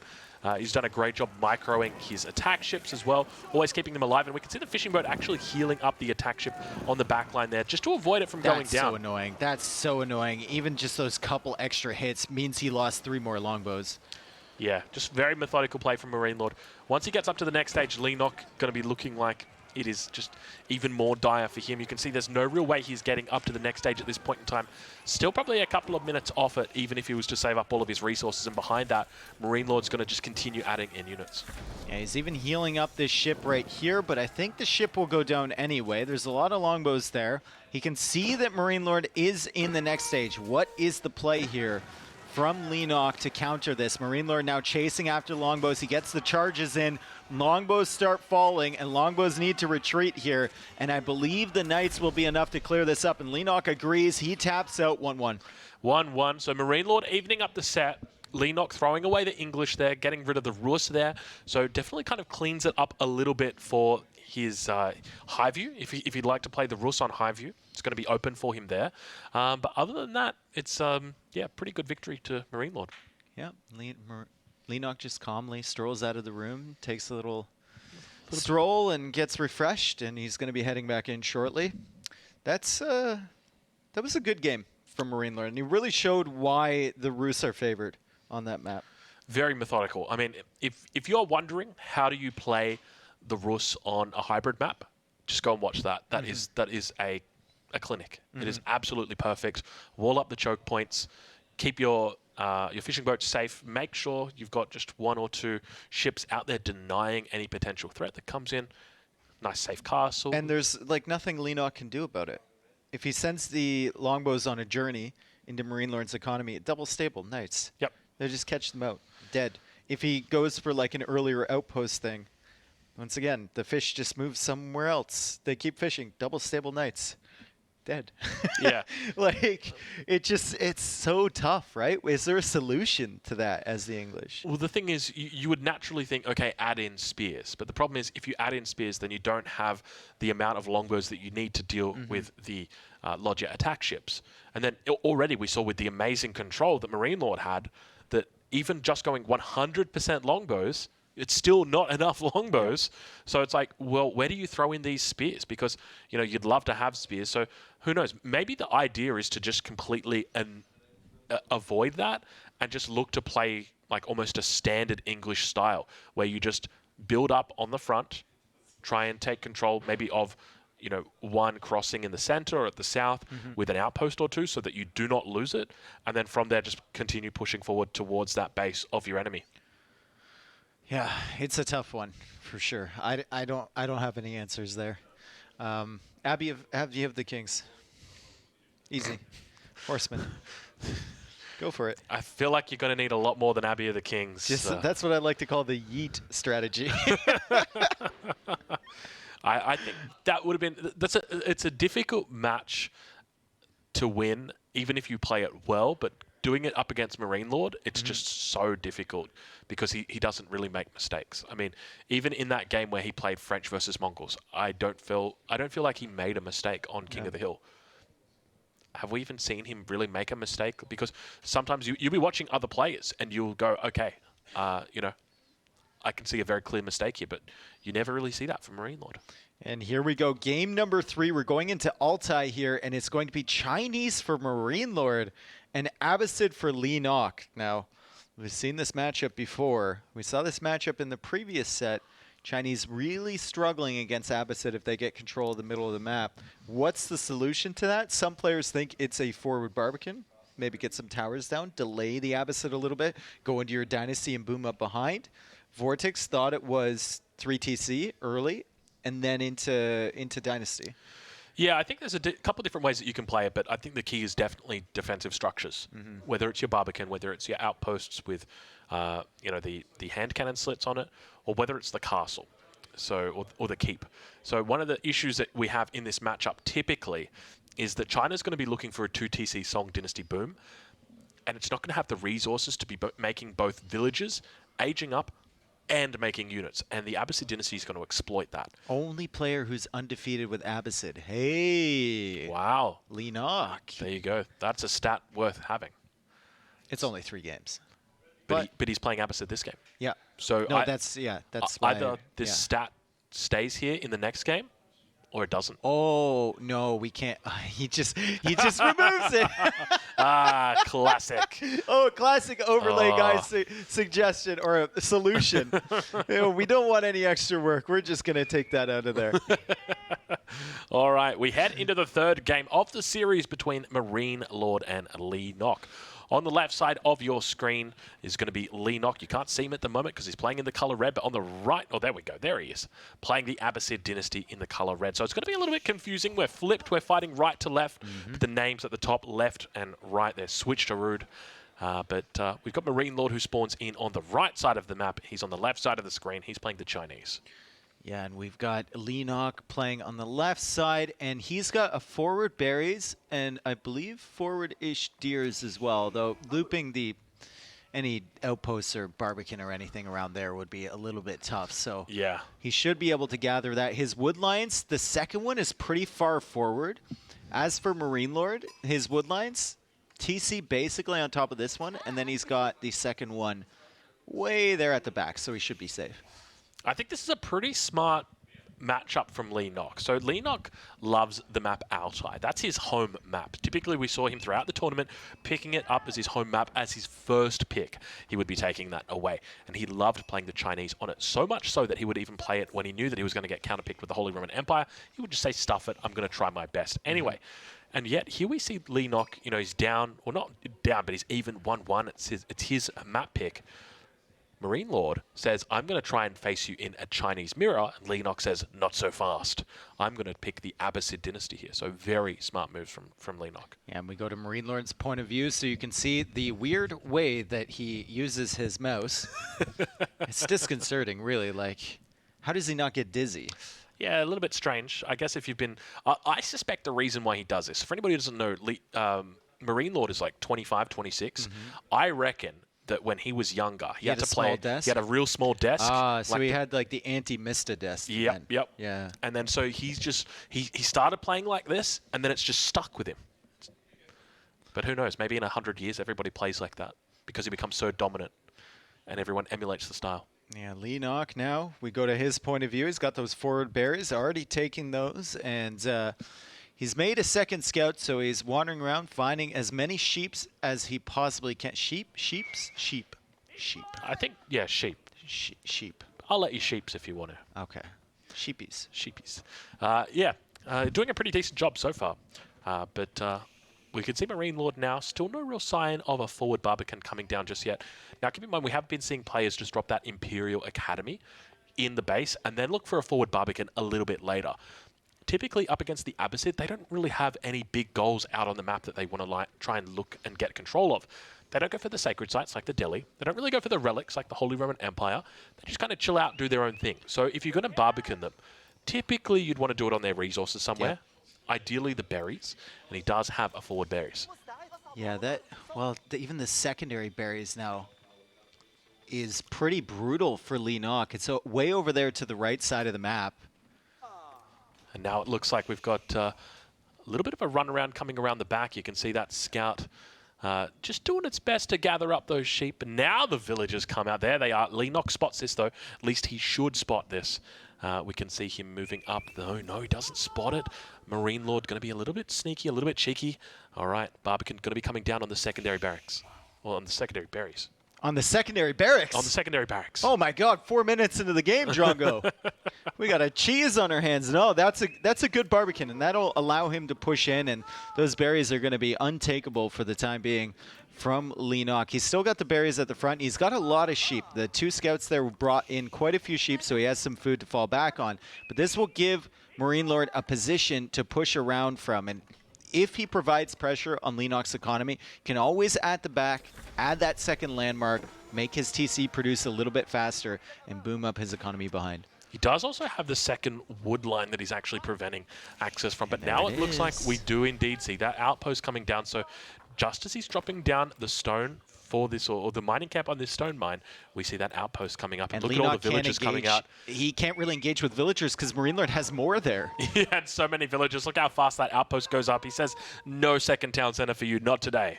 Yeah, and what does Leenock do in this situation? He's going for a barracks here, but he has no access to stone. That's been cut off now by MarineLorD. He's not going to have any access to gold soon. He had enough gold, though, to get fresh foodstuffs. So that's fine. He doesn't really need gold immediately, but the stone is going to be the major issue. One villager tried to take on 8. I've seen that before, but probably best I don't talk about that one. It's not pretty. It's not pretty, the situation that he's in. And going for the barracks as well. Typically in this situation, you'd see an archery range coming out. Obviously, he's playing the Abbasid, so he could be looking to go for a fast battering ram, but the archers really prevent that from, the push coming in any further. Going for Spearman here. Still doesn't have access to stone. What is the plan from Leenock? He's been cut off from the secondary berries. He's been cut off from the stone now. Usually, by the time you get near the Abbasid stone, as he loses a villager there to the cannonball from the tower, by the time you cut off their stone, they already roughly have enough to drop that second town center. And Leenock is sitting at 13, so I don't think that's enough. I don't think so either. I'm just going to do some quick math here. Town center, 300 stone. He has to go ram push, right? Yeah, I think so. I think it's the only way he can really shut that down. And indeed, we see the ram push now coming out. But he doesn't have the archers. That's the big thing. So it's going to be very easy for these villagers to just hang out in the outposts. As soon as the ram comes along, siege it down, focus down the spears. The rams obviously going to get focused down by the villagers as well. So we'll see how he looks to play it. But already, MarineLorD looking quite strong. Yeah, villager lead too. 26 villagers to 23 from Leenock. Oh boy, this is going to be really, really tough here. What is he adding beside that barracks? It's a stable he's throwing down. So another curious move at this stage, going for a stable. I wouldn't expect that in this matchup to see a stable coming down. He's very much kept in this corner. Now a forward barracks coming out here from MarineLorD as well. I love the way that he's playing the Chinese. It definitely looks like a very toxic way. You wouldn't want to come across this on the ladder. It's the kind of game that would just make you Alt F4. I wouldn't be saying GG after this. Yeah, it's just a pure map control game here. And Leenock's even off those berries. So, like, he's on sheep right now with the Abbasid. He's not on stone. He doesn't have that second TC up.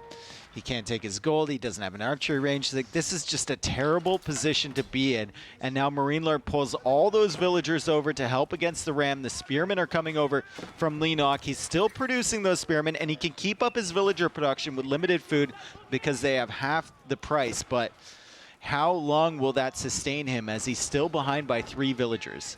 And now we see those villagers actually falling back, so Leenock finding a bit of a window here, manages to take out the first outpost. It's not looking terrible for him. He's going to be able to reclaim those berries as well. He lost those berries. We heard that villager going down a bit earlier, but now going to be looking to turn his attention down towards the south. What does MarineLorD do behind this? Does he keep investing in the forward pressure? Looks like he's upgraded that outpost over there. And he's still got the one on the stone, so Leenock can't go on that. But does he add the second... Has he added the second landmark behind? I don't think so, I feel like you want to go for a double TC. Okay. It's important that you do it at the right time. And we can see that this might not be the right time, because if he does do it, obviously with the battering ram out, he could find himself in a bit of a tough spot, because if Leenock says, okay, well, I'm just going to go all in, I'm going to stay on one town center, I'm going to make battering rams, spears, and horsemen, then you're absolutely stuffed. So we actually see him also throwing in an archery range. So he's going to be going into camel archers here, which is a really smart move. Going to enable him to pick off these spears.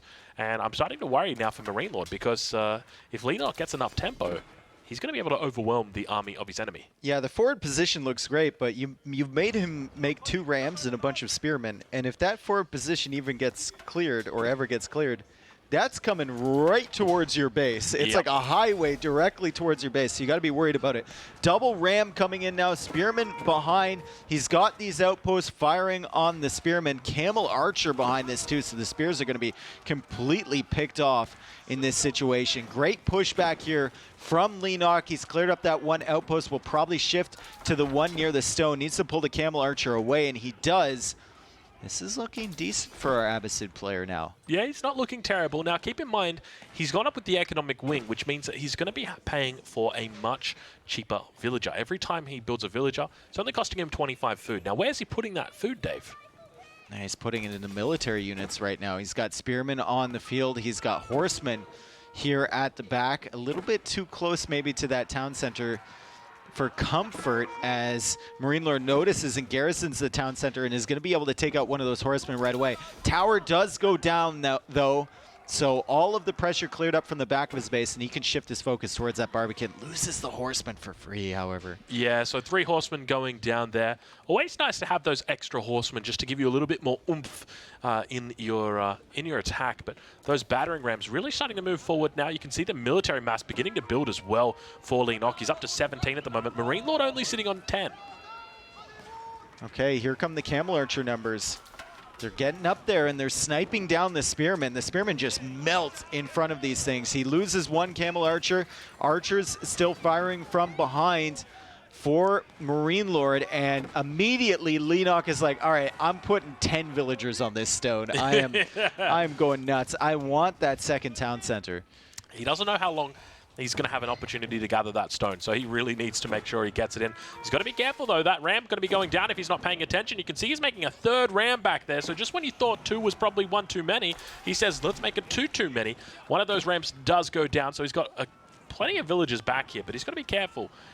He's trying to drop off stone to that. He was trying to drop off stone to his mining camp, but he only had like 100. So that was very optimistic from him, thinking that he had anywhere near enough stone to drop off and build that town center. We've all been there. We've all been there. But how helpful right now would 3 horsemen be? Those 3 horsemen that went and that would be so nice. He would just completely wipe up this army here, and then the villagers would have to be garrisoned or pulled back. Yep. It would just make all the difference. And it's one of those consequences of, obviously, you know, being an observer here, we get to see the entire battlefield and the way things fold out. But players down on the ground, it's a little bit different for them. But we can see that this is going to get cleaned up. A pretty decent spot here. The archery range does burn to the ground. Battering rams are working their way through this barracks. MarineLorD's up. Oh, MarineLorD's up. So Palace Guard's going to be the play here, probably. And Leenock has enough now for that second town center. It's been long enough. He's got the stone, and he's still working on stone actually right now, and he's also working on the wood amount. The Beastyqt will be going down here for MarineLorD, so he will gather that position once again, or take control of that position once again, and have access to those berries, finally. I think in this position, it's very difficult because Leenock's going to add in that second town center. You can actually see he's gathering up 600 stone right now. Is he going for double TC? No way. If he goes double TC, he's dropped the first TC. It's down. And I think he's actually pulled off stone. He might be going for 2 TCs here. This is a big play by him. He's got to be so careful because MarineLorD can push. If he's got a barracks out, he can empower it with his supervisor, and he can just spam endless amounts of palace guards into his base. I think Leenock just did the classic esports lean back when he saw the age up come there from MarineLorD. So maybe he wasn't expecting him to be that fast up. Maybe he thought he was going for the dynasty behind this, right? Although he didn't see it with the horseman. He lost the horseman quite early. Yep. And he's gone for that second TC. Is he going for that third TC? That's the question that we had. Does not have enough wood in the bank yet. He's going for the blacksmith instead. And yeah, I think banking res. I think it's a pretty smart move. If he can try and get up to the castle age and then drop a keep down, that's going to help him out a lot. He's able to use those resources. But I guess in the meantime, if he wants to go for a third TC, there's never been a better civ to do it. Now we do see those palace guards coming out. You can see him empowering it up with that Imperial official as well. This is not good right now for Leenock. Oh, and he's shifting out to those berries just as the archers loop around that side from MarineLorD. It's only 3 archers, but still, that's going to be very, very annoying. And the palace guards are already in production. He's got 5 of them queued. Damn, this might be really tough for Leenock. Although there's potential to do damage here. There's 3 camel archers here, so villagers will go down. Yeah, he's doing a nice little mix here of horsemen as well as camel archers, which is it's an effective counter against those palace guards. We see the blacksmith also coming down here for MarineLorD, so looking to get those upgrades, probably going to be looking for +1 range, just so he can dive underneath those town centers. But now we see the villagers up towards this north position, going to unfortunately be heading back to the pavilion. Didn't lose one, though. Pulled him away just in time. I'm so impressed with Leenock. His awareness, especially with raids, is incredible. Like, he's pulling villagers away right as the units get there or after, like, a couple hits on them. So it's great to have that in these games where there's attacks on multiple fronts, and he's one of the best players doing that. Yeah, but now we see those palace guards beginning to flood the field. This is what I was so concerned about. Now we see those villagers having to head back towards the town center, and this is where MarineLorD loves to play from. You can see right now he's got a lot of idle villagers at the moment. He's also population capped, but keep in mind he's got units in the enemy base, and he's doing a great job of cleaning up these vills. Still ahead on villagers right now, 46 to 45. Leenock also has wheelbarrow, which MarineLorD does not have. Leenock also has the golden age, which MarineLorD does not have access to. So the economy, if he can ever clear up this momentum, the economy actually will be looking pretty good in comparison to MarineLorD's. Yeah, that's a good point. Keep in mind behind this, MarineLorD hasn't added that second town center, hasn't gone for that Song Dynasty, so he's playing very, I guess you'd say very basic at this level with the Chinese. Obviously, there's a lot of complexity to this civilization about when you add a second town center or when you go for a second landmark. But we see that he's just avoided that, just playing it very safe. 1 town center play here, very simple. And the Rams can now freely move back towards MarineLorD's base, and he's going to have camel archers to support him. Honestly, I like the economy from Leenock. 49 villagers, wheelbarrow. He's got that Golden Age Tier 1. He's got 2 town centers, so he's going to continue leaning towards his advantage. And as long as he keeps his villagers safe on these food sources, he should be fine. Yeah, that's definitely a really good point. We'll see how much he can actually do that, though. MarineLorD's going to be moving out onto the map. You can see that he expanded up towards the north. Also looks to be expanding out towards the east. A lot of berries out there. Looking to find a nice little trade in here. Horsemen going to be trying their best. You can see the camel archers on the back line firing off. But obviously, MarineLorD has gone and teched for that +1 range defense. Also got the +1 melee defense. A wolf getting in on the action as well. Attacking a villager. Looks like he might be doing a bit of animation canceling with that wolf. That wolf definitely getting in on the action. Yeah, Leenock sitting here with the camel archers and actually taking some really good damage off these palace guards while he uses his horseman in front as a melee shield. MarineLorD should also note that he went out there with the villagers mid-fight. So that should tell him how desperate Leenock is for the food sources. We can see he was at like 800 food per minute. He dropped down to 300 at one point. But Leenock still cleans this up, and he retains his mass. That's camel the big archers, bro. They're really strong. Yeah, people sleeping on camel archers right now. And keep in mind, these guys They're are getting buffed. In the next patch, these guys get buffed up massively. Yep. So, ladies and gentlemen, I hope you've enjoyed your time without camel archers, because you're about to be spending quite a long time with them.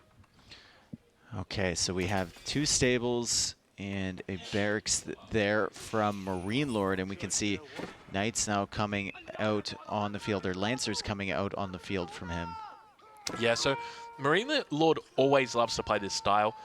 Doesn't really like to face his enemy head-on. Tries to whittle them down on the outside, but Leenock, obviously, very high APM. Going to be looking to try and counter that. We see that the 2 town centers still out for Leenock. Yet to add in a third one, but can afford to get that third TC. He's brought himself back from that position that just looks so terrible. He had 3 outposts around his stone, his gold, his wood line, and he had a Barbican on the secondary berries with no wood in the bank, basically. And he brought himself all the way back, and now he goes for that 3rd town center there. Remember, villagers are 50% the cost. So 3 TCs for Leenock will cost the same amount as like 1.5 for MarineLorD's position. This is looking really good for Leenock right now. He needs to react to this. And you can see now on his screen that he is looking to try and deal with it, but at the same time raiding towards his enemy. There's a couple of units out here. There's a crossbow on the back line. He focuses that crossbow down, and at the same time, Leenock going to be turning his attention towards that same time battering rams on the front. You can see them moving in. A couple lancers here. Got to be careful. Doesn't have much of a meat shield there, Dave. Yeah, he's bringing forward some units. He's got some crossbows there, still has the camel archers that are very, very strong.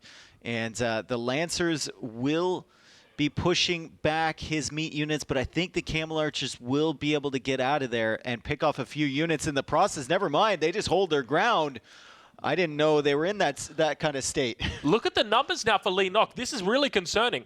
Leenock is actually building up a huge mass of units. He's got plenty of villagers in the bank. And look at MarineLorD. This isn't looking pretty at all. I think it might be over right now for MarineLorD. Yeah, he's going to try for a loop around with the lancers at the top. All the villagers are on the gold there, so he actually brings back his units there. He's nervous about this army getting too close to his gold. We can see the town center firing on some of the camel archers, taking them out, but the rams are still pushing, and now there's even a springald behind from Leenock. This momentum is crazy from him. Yeah, he's continuing to build up. I'd love to see whether he's got that phalanx upgrade from the barracks just yet. We'll click on that now. It doesn't look like he's yet to grab it. Obviously going to be becoming relevant now because those lancers begin to move around the corner. They try their best to come in, not finding too much luck. Probably going to be heading down towards the base of Leenock now, looking for some villagers, but he's going to need a lot more than that if he wants to turn the tide of this battle. And look at Leenock rallying towards his own villagers. He knows that MarineLorD's going to be coming for those villagers, and he rallies towards there. He's got spears waiting. He's got knights waiting. It looks like a palace guard going to be waiting as well. Crossbows getting in on the action. Just such a smart move from him. Yeah. Good game gets called. Leenock goes 2-1 against MarineLorD. And from a terrible position, too. From an absolutely awful position there. He was sitting there with his stone completely denied. He had 13 in the bank. Gold was cut off. Wood was about to be cut off. Food was running scarce. Even the berries got cut off, his main berries. Really great stuff. Great stuff. He has no right winning that game. It looked absolutely over. Well played from Leenock. That is just... If you're a fan of Leenock, let it be known in the chat right now.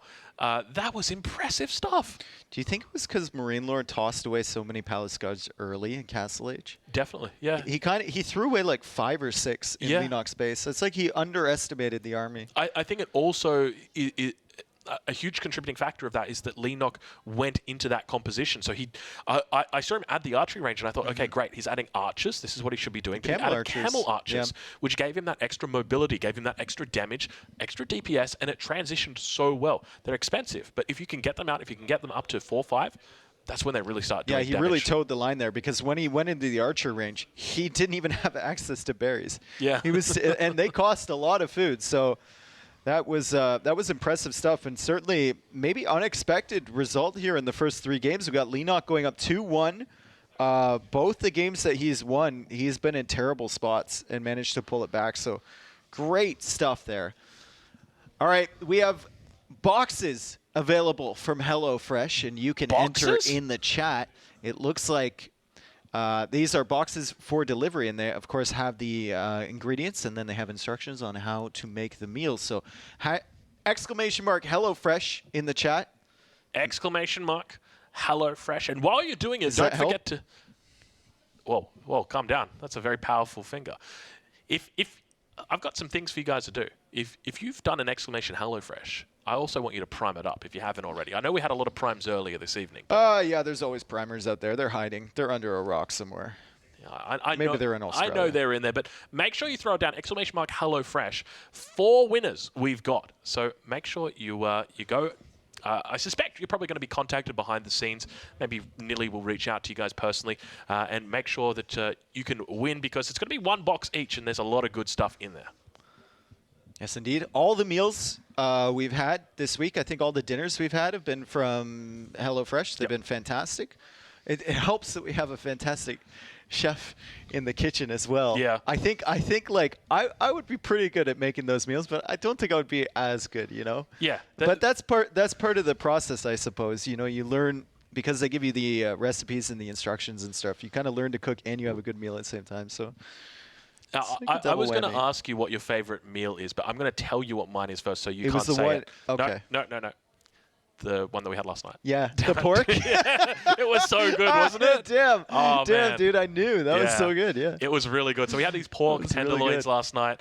HelloFresh did an amazing job delivering those through Anchor Kraut, doing a great job cooking them up. Beautiful spices came in with that as well, so it was really, really nice. So !HelloFresh in the chat.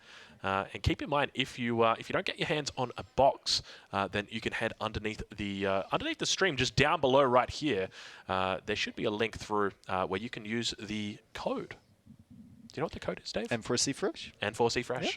Because we are looking fresh, feeling fresh, and it looks like we might be heading into a game in a few fresh minutes, because players need a break, or at least MarineLorD might need a break after that one. Yeah. Hill and Dale going to be our next map. Hill and Dale. And HRE has not been used. It's going to be HRE Mirror. What do you think? Leenock went Mongols. I did that I slid under the desk for theatrical effect, and they rolled to another screen. Imagine, I find myself under the desk. We're not even on the proper scene. There you go. I think that I think MarineLorD thinks Leenock is going to go HRE. So MarineLorD is going to go Mongols to counter HRE on Hill and Dale. I think that... Never mind. It's just honest. I was going to say, well, I suspect we're going to see a HRE mirror. Something just tells me that we're going to see a HRE mirror. No, it's there. I wasn't even looking, bro. I wasn't even looking. Oh, now I just sound like an idiot. I think as far as mirrors go, I think French is going to be like the S tier for mirror matches. Like a good King of the Hill game with double French, villages dying everywhere. Yeah. That's great It's a base fun. trade, yeah. HRE, I feel like it's a solid A tier. I enjoy watching that because it's all about those relics. And then once you've achieved that dream of the 3 relics, can you actually survive to make them count? The worst part about the game today is that, like, Beastyqt played it so well with his positioning and his early keeps and like the walls and everything like that. VortiX took one bad fight and then just called it. Like it was building up military forever, and then he lost like 5 units. He's like, GG. I can't. I got to play it perfectly. It's just like, oh, man. We can see. Apologies right now for the overlay guys. Overlay guy not doing his job. Only player who's undefeated with Abbasid. It says 3-0. It's actually 4-0. It's 4-0. 4-0. Maybe like, and the only time he didn't play Abbasid, or one of the only times, was against Mista, and Mista banned them. Yeah. And he is 4-0. Yeah. Yeah, oh, damn. So everyone was laughing at Mista before, but like realistically, my man is 4-0 with Abbasid. You got to watch out for his Abbasid, but also watch out for his Holy Roman Empire, because that is exactly what he is playing. Once again, we're going to have MarineLorD spawning in on the blue on the right-hand side of our map. On the left-hand side, you're going to have Leenock spawning in on the red. So once again, we're going to be running opposite sides. It'll be a bit confusing for us both as casters and you guys as viewers, so we'll try and make it as easy as we can for you. Yeah, and it looks like Leenock has added in a second scout. Second scout there, okay, and then he's got the prelate accounting for that 3rd military unit up at the top. Makes a lot of sense on this map to go for that second scout, I think. It allows you to track what your enemy's doing. Obviously, you get the nice little bit of a sheep advantage as well. But typically in this matchup, you'd want to avoid going for professional scouts, so you're not going to be able to really go into that. Just because if you do, it's going to delay you by at least 60 seconds, and it's all about getting those relics. Once you've got those relics, then you can start to deviate from what, quote-unquote, the plan is. I think in a mirror, you take any advantage you can get, right? So MarineLorD's taking the advantage of not having spent the extra resources on the scout, but Leenock is taking the advantage of maybe finding a few extra sheep along the way and getting better idea of what his opponent is up to. Yeah, that's exactly it. A little bit of difference between the build orders as well. We already see MarineLorD quite heavily on gold, whereas now Leenock just coming onto it a little bit later. But I tell you what, Dave, who would have thought coming into Game 4 that Leenock would be leading this series 2-1? This is crazy, man. This is absolutely crazy. We've been sleeping on Leenock for sure. Oh, yeah. Yeah. He is online. You know, they used to call him the Korean steamroller because once he starts rolling and the steam comes out those ears, you can't stop him. How many nicknames does this guy have? The Korean Steamroller, Leenoktopus? Like, is there anything else? Am I missing something? Leenoku. Okay. His girlfriend's also got many nicknames, but you'd have to double check with Twitch chat, depending on what day of the week it is. Okay, so MarineLorD still looping around here with the scout. He's only scouted his half. Leenock has a lot more scouting information than him. I'd love to see a sheep comparison here if possible. Vodka, you know you don't have that much else to do this early in the game, Vodka. Perfect. We've got 9 sheep over here for MarineLorD, and then for Leenock, we have 10. Okay, so second scout. Not really worth it. 1 extra sheep. Would you? I wouldn't trade a sheep for a person. No, but the scout may come in handy later, especially when you're trying to track the prelates. A lot of idle villagers there for Leenock. What's going on? Okay, he was waiting for the sheep to get in there. Actually, pretty good chapel here. He's got the wood, he's got the TC, he's got the deer, and he's got part of the gold too. Yeah, this is pretty much the best that you could get. I mean, the only difference would be like if you somehow managed to get berries in here, but obviously that is a pipe dream. So I'd have to call that a 10. And at the same time, we've got another Ark and Chapel. Take a look at this one. Quite a juicer as well. Super juicer. Oh, my Lord. I take back that 10 that I just gave out to Leenock. He doesn't have the wood line. That's okay. He's got the berries, he's got the stone, he's got the gold, and he's got the deer and the TC. Yeah, it's a super juicer. That is a super juicer. But if he could fit that wood line, it would be an Omega juicer. It would be Omega. Interestingly, he didn't go a little bit more towards that wood line and then just push the deer towards his mill. That's something that we've seen players do.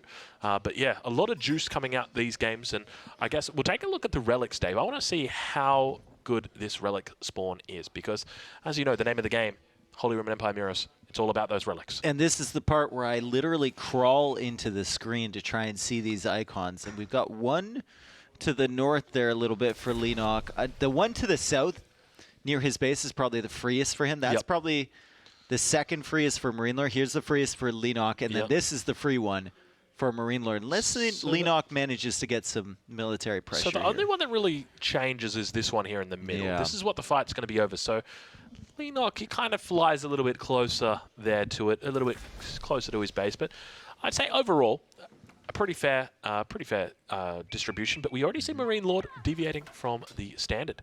Opening up with the barracks. We'll see if Leenock spots it out. You can see he's got units out the front now. He will indeed see those units. You can hear the call out, and the village are going to be moving out. Could we see a wall? Could we see early outposts? What's it going to be, Dave? I don't know. It's either outposts or wall, but I don't know what the plan is here. Based on the pathing, it should be a wall, right? You would expect that. We now see an archery range coming down from Leenock, looking to respond to this, and it is going to be a wall. You were correct, but now that second scout coming in useful. You can see him tracking. And a second villager on the way to wall the top, too. Yeah, Leenock needs to respond to this. Now, obviously, he's already dropped down that archery range as his response needs to make sure he prevents this wall from going up. You can see that scout trying its best, and it looks like that wall is going to get up. So the villager now going to be completing those walls, already tapping away at them, and he's going to continue to chase a bit. Already, you got to think that it's a bit of an advantage right now to MarineLorD. Advantage MarineLorD. However, Leenock may get up with all this expense. Leenock may get up to the next stage faster than MarineLorD, which means his prelates could potentially sneak out the bottom there, or he could deny the wall at the top, which would also hurt MarineLorD quite a bit. But at the moment, it looks like MarineLorD is going to get that complete. He's also adding a gate at the front, so this is going to be very annoying. He can come and go as he pleases, but Leenock has to deal with that wall. Now it looks like down towards the south, we've also got another wall coming out. So if this wall does go down, Leenock's going to be stuck in his base, and you can only imagine that MarineLorD just wins the game right there and then. He takes away all the relics, pretty much all the relics, or at least 3 of them. And it's going to be incredibly difficult to stop that. But now we see the archers moving up towards the north. So Leenock definitely looking to challenge this position. Ideally, you'd want to go south in this situation, but he may not have uncovered all the relics. Would quickly change to his perspective. I want to see exactly what the line of sight is for Leenock right now and whether he's got an idea of where these relics have come out.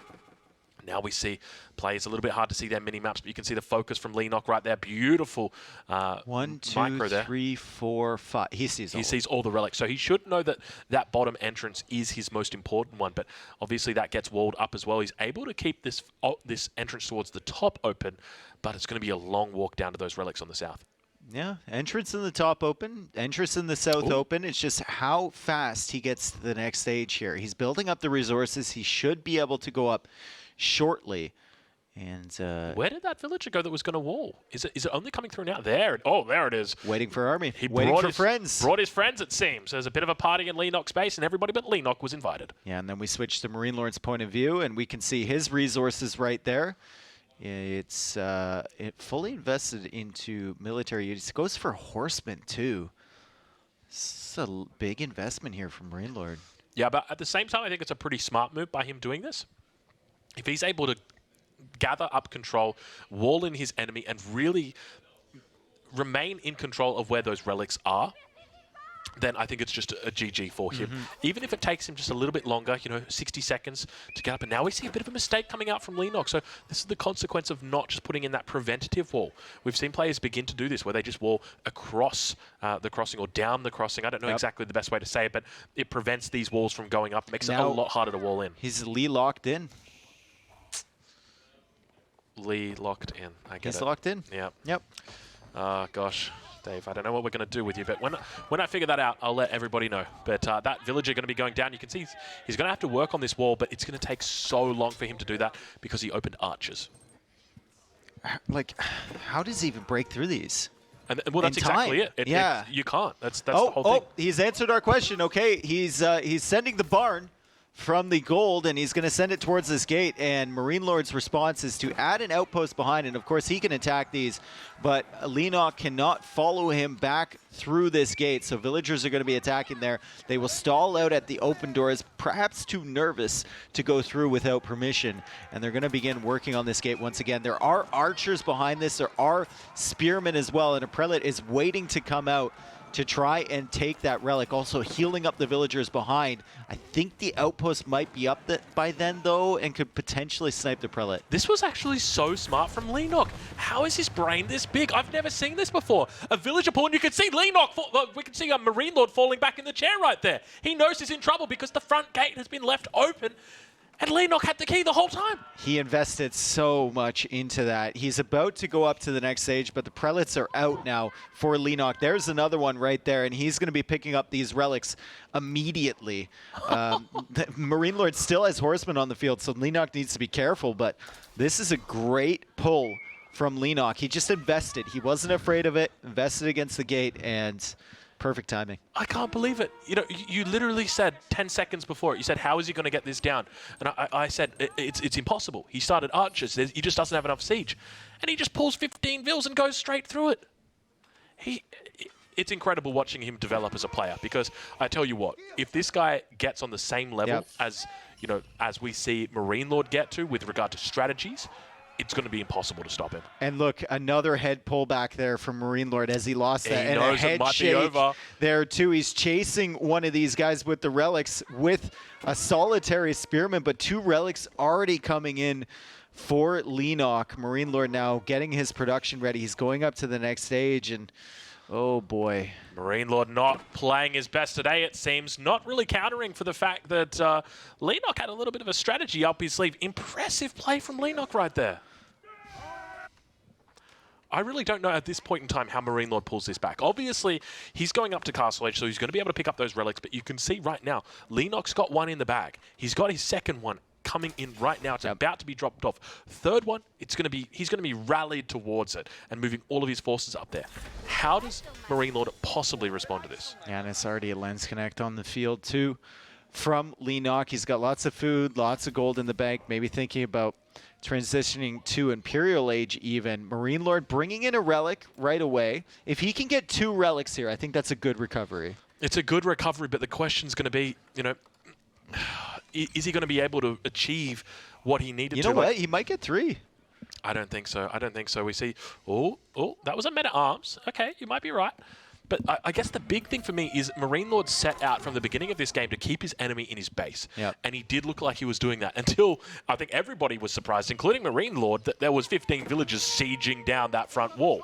And now it looks like he's going to be able to pick up this this Relic. I suspect we'll see a Wallalol almost immediately if he's not careful. Oh, never mind. I don't even think he needs it.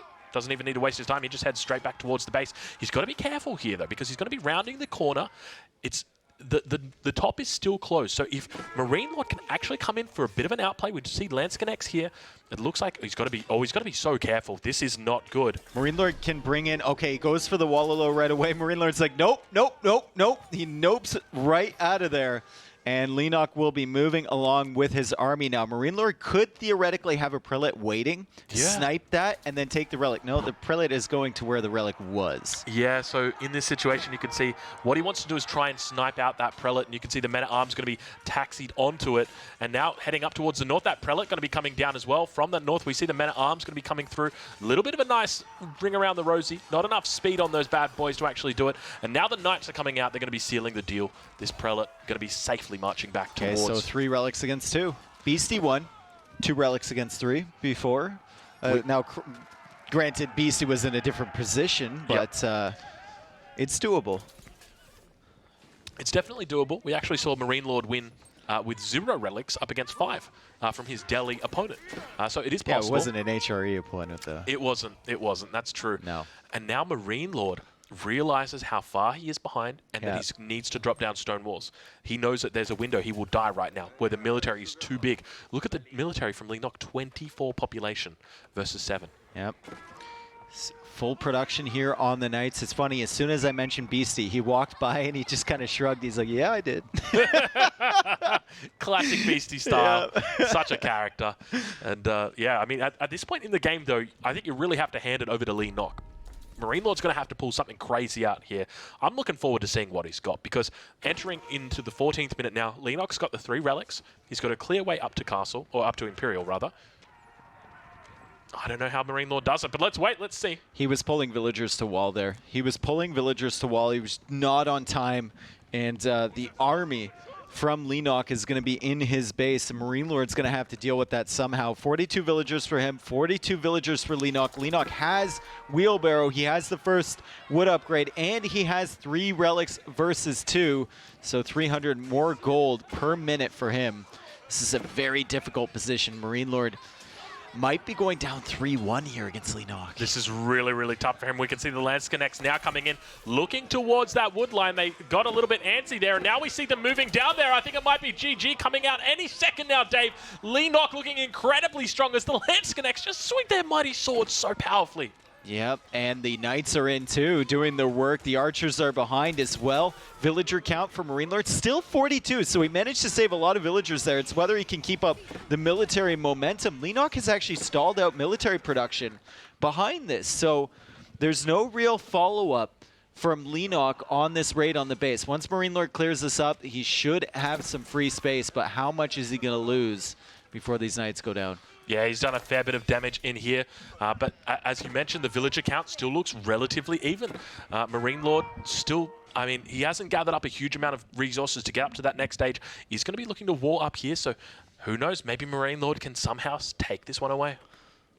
If he can, it'd be incredibly impressive, especially with the frustration we saw in his gestures earlier in this game. He's going to need to tap all these walls here, because the Knights are coming in again. Knights are still on the gold. He's losing more villagers there. Oh, he loses 2 more over here. Landscanex coming out, but Leenock is perfectly content to pick away here and build up his resources. He gets the Palace of Swabia up eventually and then starts getting the villager advantage. Yeah, and we can see now that those Knights really coming through and doing some damage. MarineLorD needs to get this hole closed. You can see he's struggling so much as these Knights continue to come in. He wanted to send 8 villagers down, and he taps out 3-1 right now to Leenock. He is on match point. Leenock is feeling it right now, and you can see MarineLorD just kind of still shaking his head after that.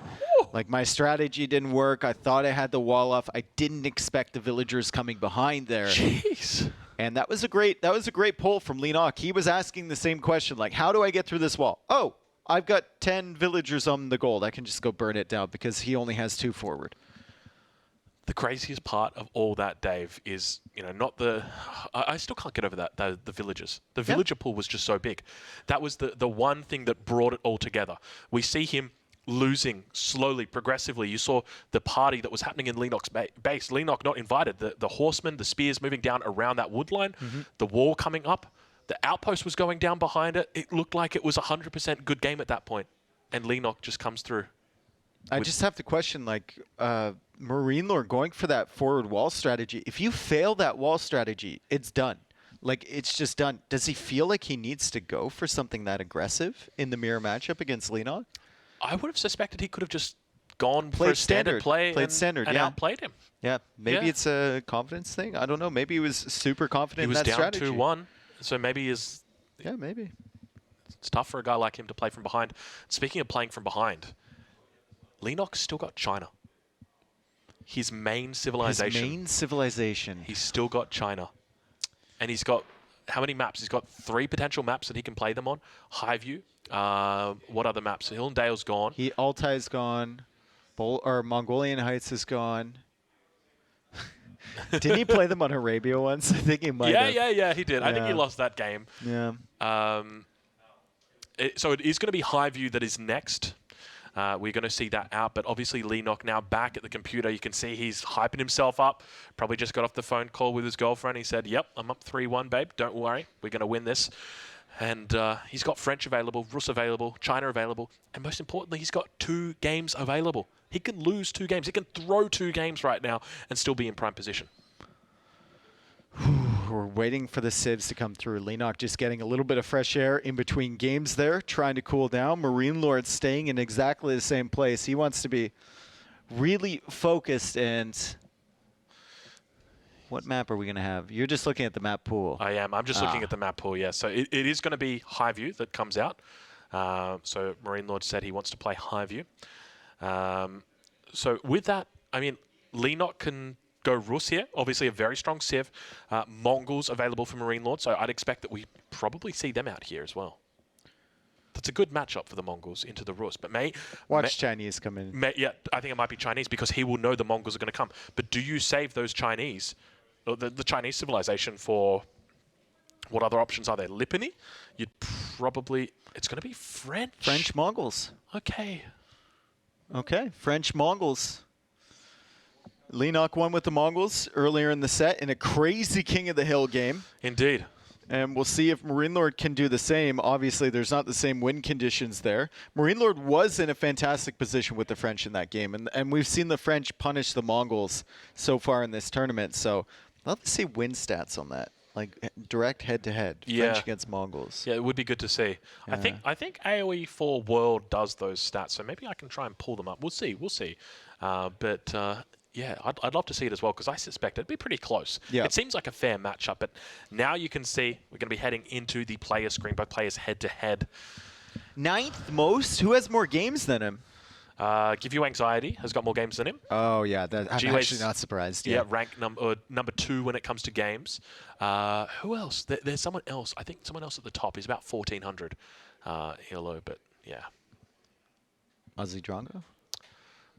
I've casted more games than anybody. Yeah, I was just about to say, let's start counting your YouTube videos there, and then multiply them by like 5 for the ones you don't upload. Very, very true. But we're going to be jumping in now to game number 5. Ladies and gentlemen, put your money where your mouth is. Is it going to be Leenock that wins this game? Is it going to be 4-1 to Leenock, or is MarineLorD on the way back up? He's going to be on the Mongols here. He's looking to try and even up the series here. He's got to at least get one more victory under his belt before he can. But MarineLorD going to be on 2 points if he wins this game, Dave. Still got quite the mountain to climb. And there he is, the man himself, the man of the moment, who can potentially take down MarineLorD 4-1 if he wins in this game. Leenock puts himself, and he's going to be playing as the French. MarineLorD will be playing as the Mongols. We saw this matchup earlier. How did the keys to this matchup change now that we're not on King of the Hill? Well, the big thing is going to be that there's more than one Sacred Sites. It looks like we might have a rematch coming in here. Something's happened. So I suspect... we're just going to be sending in our expert chair technician to find out exactly what happened Nearly there. just ran in there. Yes, we do have an on-site chair technician, so hopefully we'll be able to find out, pass that on to you guys. They're speaking in German.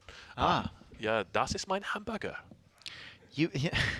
He's been here a week and a half. That's still the only line that he has. The only thing that's relevant. I mean, we had hamburgers again tonight, Dave. Did we? Yeah. Three people came up to me and vegetarian saying, hamburgers. "Excuse me, is that yours?" I said, "Ja, das ist mein Hamburger." Das ist mein Hamburger. Yeah. Okay. And so it's been very helpful knowing that phrase here in Germany. I would encourage anybody who is heading into Germany to make sure that they know it. But it looks like the predictions are beginning to come in. We're seeing already MarineLorD a stiff favorite for game number 5. Ooh, lots of MarineLorD fans in here. Ja, das ist mein MarineLorD. See, he's already learning. He's starting to adapt. Yeah, there you go. It's a new German meta evolving here at N4C.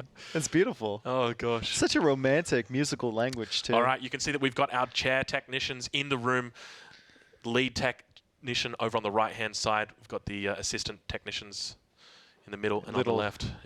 Yeah, nice little scratch there from Nilly. Yeah. Perfect. Yep, that's exactly what the sponsors want to see. My tournament organizer. Yeah, so always scratch responsibly. All right, we're good to go. Nilly, can we grab some clarification as to exactly what's happened? Everything okay? He feature deactivated that his mouse was leaving his screen. Okay. His mouse wasn't locked to the screen window. Window clamp. Window clamp. If anyone knows that, they know that you can't. Like, you just can't play in that situation. Work. No. Yeah. So typically, like, if you're an edge scroller like me, I love to go, like, I'm holding my mouse and I'm like, psst, like that. Psh. Yeah. It just goes off onto your other monitor. So you got to make sure that's on. So hopefully he's turned that back on. We'll be jumping into game number 5 shortly. I don't know about you, Dave, but I'm absolutely pumped for this one. I want to see MarineLorD take it all the way back. We had I want to see it too. Did we have a 3-1 earlier? Was it 2-1? That set was so long, man. It was 4 hours long. I think it went 1-1, 2-1, 2-2, 3-2, 3-3, 4-3. Yeah. Okay, so we didn't have a 3-1 earlier, but we had a 3-1 in the last matchup that Leenock played against MiSTA. He was just on the other side of this, so he's proven it can be done. Yeah. The pullback all the way. And if there's any one player to do it, it's MarineLorD, because during the group stage, he lost in total 3 games. Absolutely wild. 15-3. And now he's lost 3 today. Absolutely crazy when you think about it. Leenock has literally taken the same amount of games off MarineLorD today. That everyone else combined.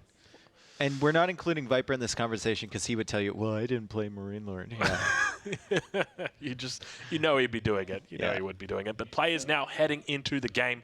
Strap yourself in, boys. We are about to get ready. I'm ready. Dave taking a sip of water. He's ready. I'm ready. Ladies and gentlemen, welcome to the 5th game in the series between MarineLorD and Leenock. This is the semifinals, a best of 7. And this being the 5th game is match point for Leenock. If he wins this, he goes through to the finals. He'll be 4-1 up against MarineLorD. And I tell you what, Dave, that's pretty impressive. That's very impressive. And we can see French against Mongols, like we said before. And we have MarineLorD bringing in a few sheep already with limited scouting, so that's good from him. And he's going to head out now and see what else he can see. Leenock starting with that second scout as the French. And he's going to have a little bit of a scouting advantage for the 2nd straight game in a row. Yeah, I think it's a smart move going up against the Rus, or going up against the Mongols rather, and doing this. Typically, they're going to be a little bit more aggressive with their Khan, and you can look to take advantage of that. But we saw a super smart move coming out from MarineLorD. He actually went around his base and grabbed all the sheep, realizing that that might be coming out, and that's exactly what happens. Okay, both players. Barracks gets dropped down. Kind of thinking about what they're going to do. And yeah, like you said, Barracks around that Uvu. So we're going to see some early spearman pressure here from MarineLorD and likely a villager going forward too. Yeah, now we did see that Leenock spotted this out. This is the consequence of having that second scout. Not only do you get to uncover more of the map and grab those sheep, but you can now spot out your enemy a lot easier.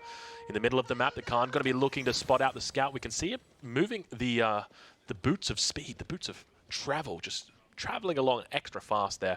Heading towards the enemy base, though. Okay, I'm surprised he didn't try and snipe that sheep. Me too. That's what I thought. I immediately was like, okay, he's just going to kill the sheep. Like he just got out of there. He didn't want anything to do with that. He was scared of scout. the sheep. Yeah. Yeah, it looked like a very scary Oh, he sheep. might have been. Yeah, that's right. Maybe not scared of the scout, scared of the sheep. Yeah. Didn't think of that. Yep. How many sheep does Leenock have here? Let's find out. Vodka on the case. Looks like 10 sheep. But the 7 are trailing the. Oh, okay. He's herding them in. Yeah, I see. there we go. Don't you love the sheep in Age of Empires 4? They look so cute. That was one of the big changes that really made me happy, is that the sheep follow the scouts, and they leap along so They just happily. look so cute. I remember the first trailer that came out. That was the one thing that I loved. It's just the sheep bouncing around. Don't mind the Like Wallalol. fluffy- Don't mind the knights. Fluffy little clouds behind, and then they turn into a shaven carcass underneath the TC, so I try not to think about it too often. Well, speaking of shaven carcass, MarineLorD. What? DeMusliM, is that you? MarineLorD heading in. Excuse me? He's going to be looking for this wood line. You can see he's got the villager here. Now, this villager already down to about 60% health. He's got to be careful with the town center firing on that outpost. But 2 spears going to be in here to protect against any potential scouts or villager pulls that might happen here. All right, so the common response to this tower pull is, you know, you use villagers to deny the outpost if possible. If you can't, then you go into archer, you go into scouts, you burn down the outpost with the scouts, you keep track of all the units, and then you kill the spearmen with the archers. Hopefully. Correct. Hopefully, you keep the towers under control. If you don't, then it gets wildly out of hand. Gets messy very quickly. And that's what you want to avoid typically in these games. You want to try and keep them as clean as possible, but we see that age up now coming through for Leenock. 4 minutes on the dot, so very nice timing for him. Immediately gets the scout in queue, so 100% on the money there, Dave. We'll be looking out to see whether he gets that archery range down. Obviously, quite heavily on wood at the moment. Needs to try and do a bit of a force drop, I'd suspect, because now those archers, rather spearmen, moving around on that right-hand side flank, he's not going to have a lot of wood to play with. Yeah, the villager has also moved around, so outposts will be going up over there.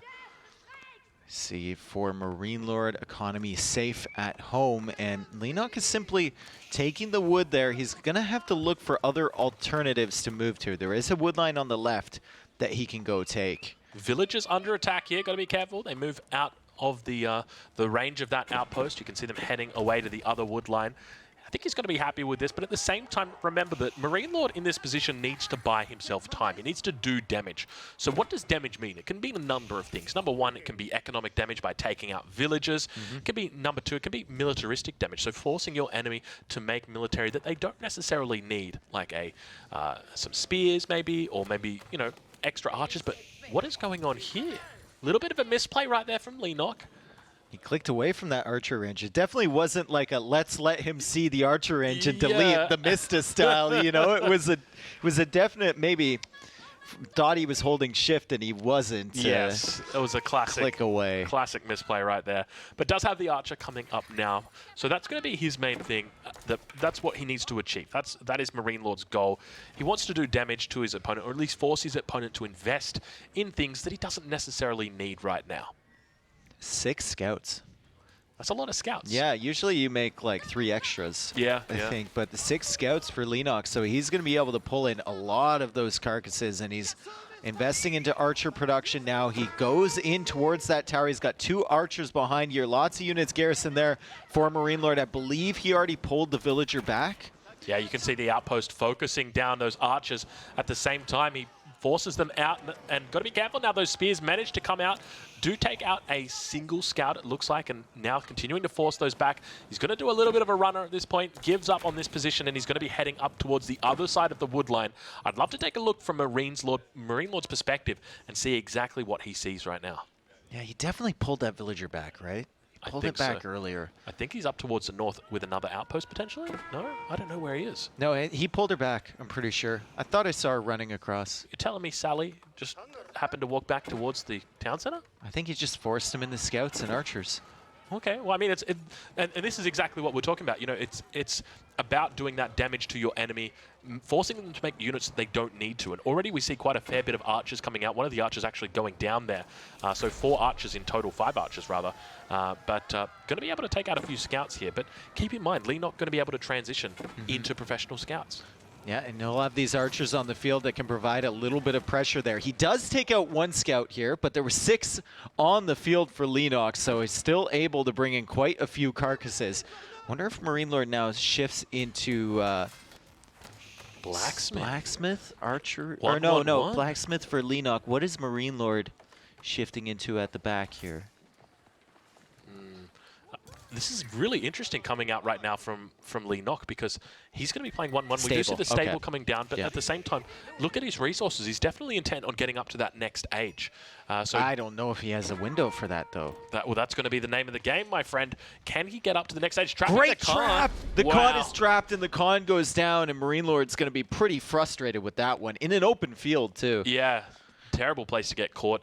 Obviously, no Khan for 2 minutes means not a lot of scouting information. Will head into his perspective and see exactly what he sees, but it's going to look very, very shallow when it comes to his vision. You can see right now he's got the 1 unit out on the map over towards those berries. What exactly is he doing up in that position? Oh, he's got double horsemen coming out right now.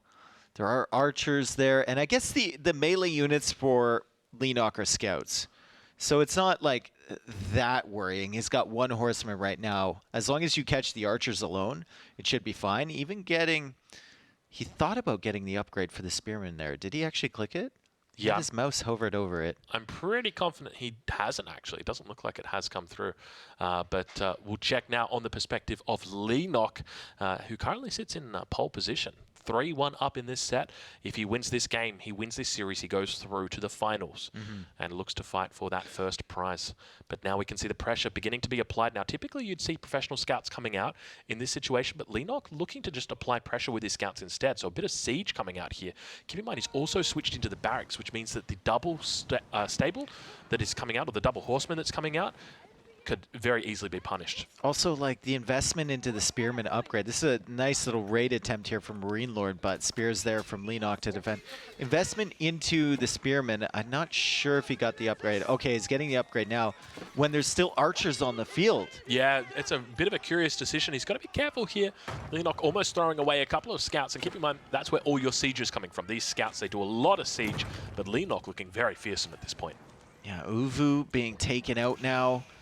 No counter raids here for MarineLorD. He's at 34 villagers. Leenock is at 35 villagers, although it might be less pretty soon if these horsemen manage to kill one. Leenock pulls away the perfect time, though, and Leenock is already going for a ram here. MarineLorD looks to be in a rough position.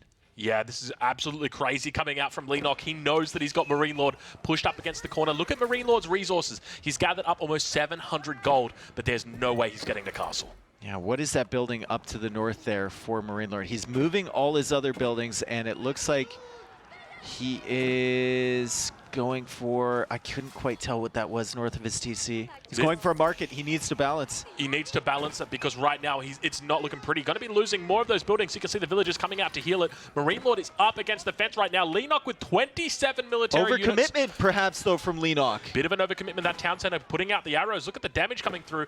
Horseman also getting great trades in on that. Spears managing to hold for this point in time. I don't know if he's going to be able to do it here, Dave.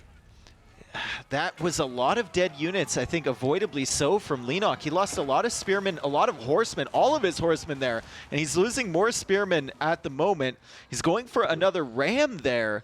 The horsemen are still alive for MarineLorD, though, so if all the spearmen go down, those archers are free pickings. And he just commits with the villagers onto that ram. This is a big investment into this push from Leenock. Yeah, a little bit of an overextension, I'd say, at this point in time. I feel like he's done some damage, but it definitely seems like he's intent on causing or at least keeping MarineLorD in the second age. Yep. MarineLorD's still only 1 villager behind. I think all of that raiding, he only killed 2 villagers. Yeah, really good point. And another ram! My concern, oh my goodness. My concern right now is he's dropping these rams down, but he doesn't have the ability to protect them. It's so easy to pull out the villages and to make... That's what we said in the VortiX series too, so maybe you learned some lessons from VortiX there. Pushing Mongols with rams here. Yeah, well, it's so easy for them to run away, isn't it? So we now see those rams beginning to posture, going to be looking to take down that pasture. And the villagers were very curiously slaughtering a sheep there. A little bit of a misclick, but now managing to jump inside that ram. He's got to be careful here. You can see the spears managed to come out. He's going to be looking to focus those down. Ideally wants to be moving all of these units away, but you can see he's just getting wrecked by that town center. Yeah, still sniping units, and he's sending all the sheep, before the pastures die, he's sending the sheep to the north of his TC, so they're in a protected location. He still has those sheep available. Actually traps this ram. It's trying to wiggle its way out of there, but wiggle as it might, it will not escape. And there's so many horsemen from MarineLorD. I believe he had those inside his town center. He ungarrisoned them, and Leenock's like, oh. I can't help but think of like 2 words right now. It's like, surprise, mother... It is like, where did these horsemen come out from? They were sitting inside the town center, but just, I don't think anybody really expected to see this. And now we see the spears coming in, trying their best to hold this back, but MarineLorD somehow managed to keep his head above water, and as you mentioned, only 2 villagers behind. Only 2 villagers behind, yeah. He's not on the way to the next age anytime soon. We see Leenock branching out now. He likes to do this with the French. Branch out. He doesn't get the professional scouts like we thought he might. He used that for pressure. So he's going to all these exposed areas like the berries and stuff. And this is potential. If this army gets cleared up, 2 more rams! If this army gets cleared up, MarineLorD will have areas to hit on the counterattack. Somebody before this game whispered in Leenock's ears, make rams. Make a lot of rams. Yeah. And you will win. Yeah. But they that sounds like a Mista accent, right? Just make rams. It might have been Mista. Yeah. It could have been.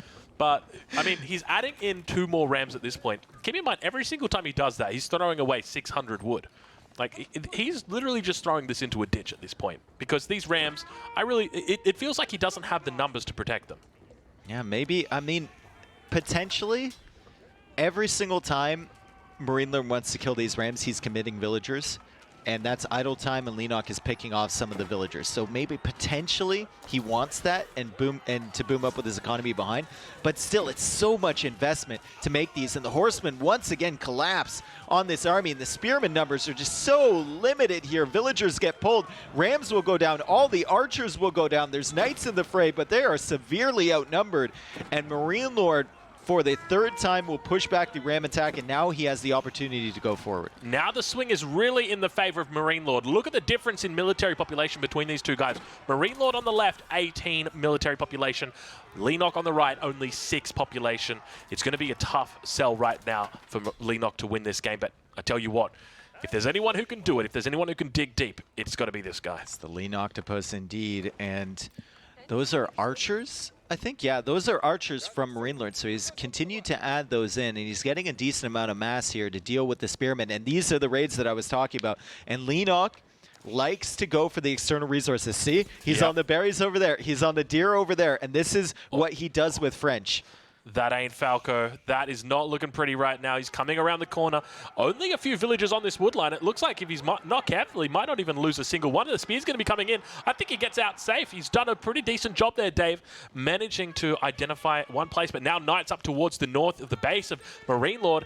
He fends those off as well. So both players looking stable, strong, committed to each other. Yeah, and both players missing each other in that stealth force, too. The horsemen dipping and ducking and diving right around those spearmen.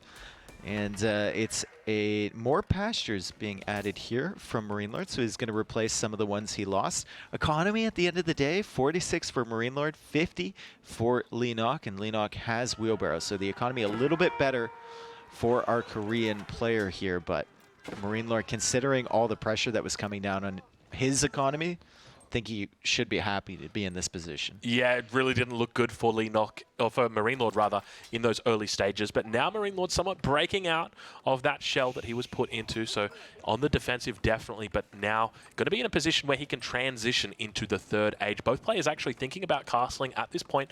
MarineLorD with 1,000 gold, a little bit more than he needs. Got to be rebalancing that economy, excuse me. But Leenock over on the right-hand side, probably going to have to sell off a little bit of that food. He can MarineLorD could almost make another TC pretty soon. Got a lot of wood in the back. Yeah, that's a pretty good point. He actually could. Yeah, he's castling right now. Could also kill 7 villagers. Could also kill 7 villagers. That's a good point. But yeah, plenty of resources in the bank. Could see a second town center, and that would give him a great win condition. But now, looking down towards the south, we see those knights coming in. Step Redoubt is out. Oh, this isn't good. The Step Redoubt getting found here. He's got to be careful. You can see a lot of archers going to be hiding in amongst the buildings here. Going to get caught. We'll head back down towards the Step Redoubt. That's going to be forced out. This isn't good for MarineLorD. Yes, running back to the town center once again. Archers garrison that outpost. More archers being garrisoned in the town center. I think a bunch of those knights are weak. One of them goes down, but the other ones are just sitting under that town center and running around in circles with the villagers. At the same time, though, MarineLorD in the base from Leenock, attempting to do damage. It's just whether he can hit. He's pushing the villagers away from the guild hole. So a double landmark denial here at the same time. And there's another ram north of the base from Leenock. And remember when we said he didn't have enough army to support? He, once again, doesn't have enough army to support. Why? He loves these rams, doesn't he? He's going ham on rams. We've seen so many rams come out today from Leenock. At least in this match, it's got to be close to double digits. It's really getting up there. Once again, we see the ram going to get cleaned up because there's just so much military here from MarineLorD. And heading into this early castle stage, Dave, I suspect MarineLorD's probably going to be at quite an advantage. I expect we're going to see a lot of lances coming out from MarineLorD. He's going to start hitting those resources. He's going to be on the berries, the deer, absolutely everywhere. And it's going to be terrible for Leenock. So right now, take a snapshot of that villager graph. You see 44 villagers for MarineLorD, 55 for Leenock. Let's have a look at 23 minutes and see where Leenock's at. I think it might be a little bit different as he adds some Lancers into the mix. And oh boy, he knows. He took a tour around Leenock's base earlier. He knows the farming eco just isn't totally there, right? He knows that he's probably on external food sources, and he saw him on multiple berries before. So he can punish him, and he's coming forward with the archers. The outpost is not up yet, and I think that's 2 villagers down already, and potentially a third here. Curious he didn't use the speed arrow to make himself a little bit faster there. Yeah, it's a curious decision. But he maybe didn't have it. Another thing to note, MarineLorD, his heart rate's down low. Yep. I'm pretty confident he thinks he's got this game. Yeah, he's feeling it. He thinks he's got this game. Improved Siege Engineers coming in for him as well. Oh, he's looking. Yeah, he's looking. He's looking to locate those food sources. Obviously, at this point in the game, this is high view, which is always a little bit more difficult to locate those. And he does spot out the villagers, and here we go. As I mentioned, Leenock going to be going down on those villagers. He was at 55 when we snapshotted it just 1 minute ago. Let's see what damage he does here with these lances, because this is how he wins these games. Yeah, and Leenock is forced to respond with the military, but when he does that, MarineLorD weasels his way right through that wood line, and he's going to be attacking those weak villagers. And Leenock notices only after a villager goes down, maybe a second one following here, he pulls the spearman army into his into his archers. He's going to be picking away at that, and Leenock once again has to abandon more berries. It's, you know, he plays a momentum style with the French where he wants to spam military. He really wants to get that momentum rolling early, but it means that his economy is less secure at home, and MarineLorD is punishing him so much for that. Yeah, we really start to see the momentum swinging now. It was a great pickup right there for MarineLorD. We see the veteran bows coming in as well, so going to be able to deal out a lot more damage, and we continue to see those units coming out for him now. But back towards the base, you can see that mass beginning to build. A lot of military production out here for him. He's going to continue sticking with just the bows for now. Be curious to see where he goes from this, because he's stacking up a lot of food, isn't it? Yeah, that's a lot of food. And we look at Leenock's food, it's like 28.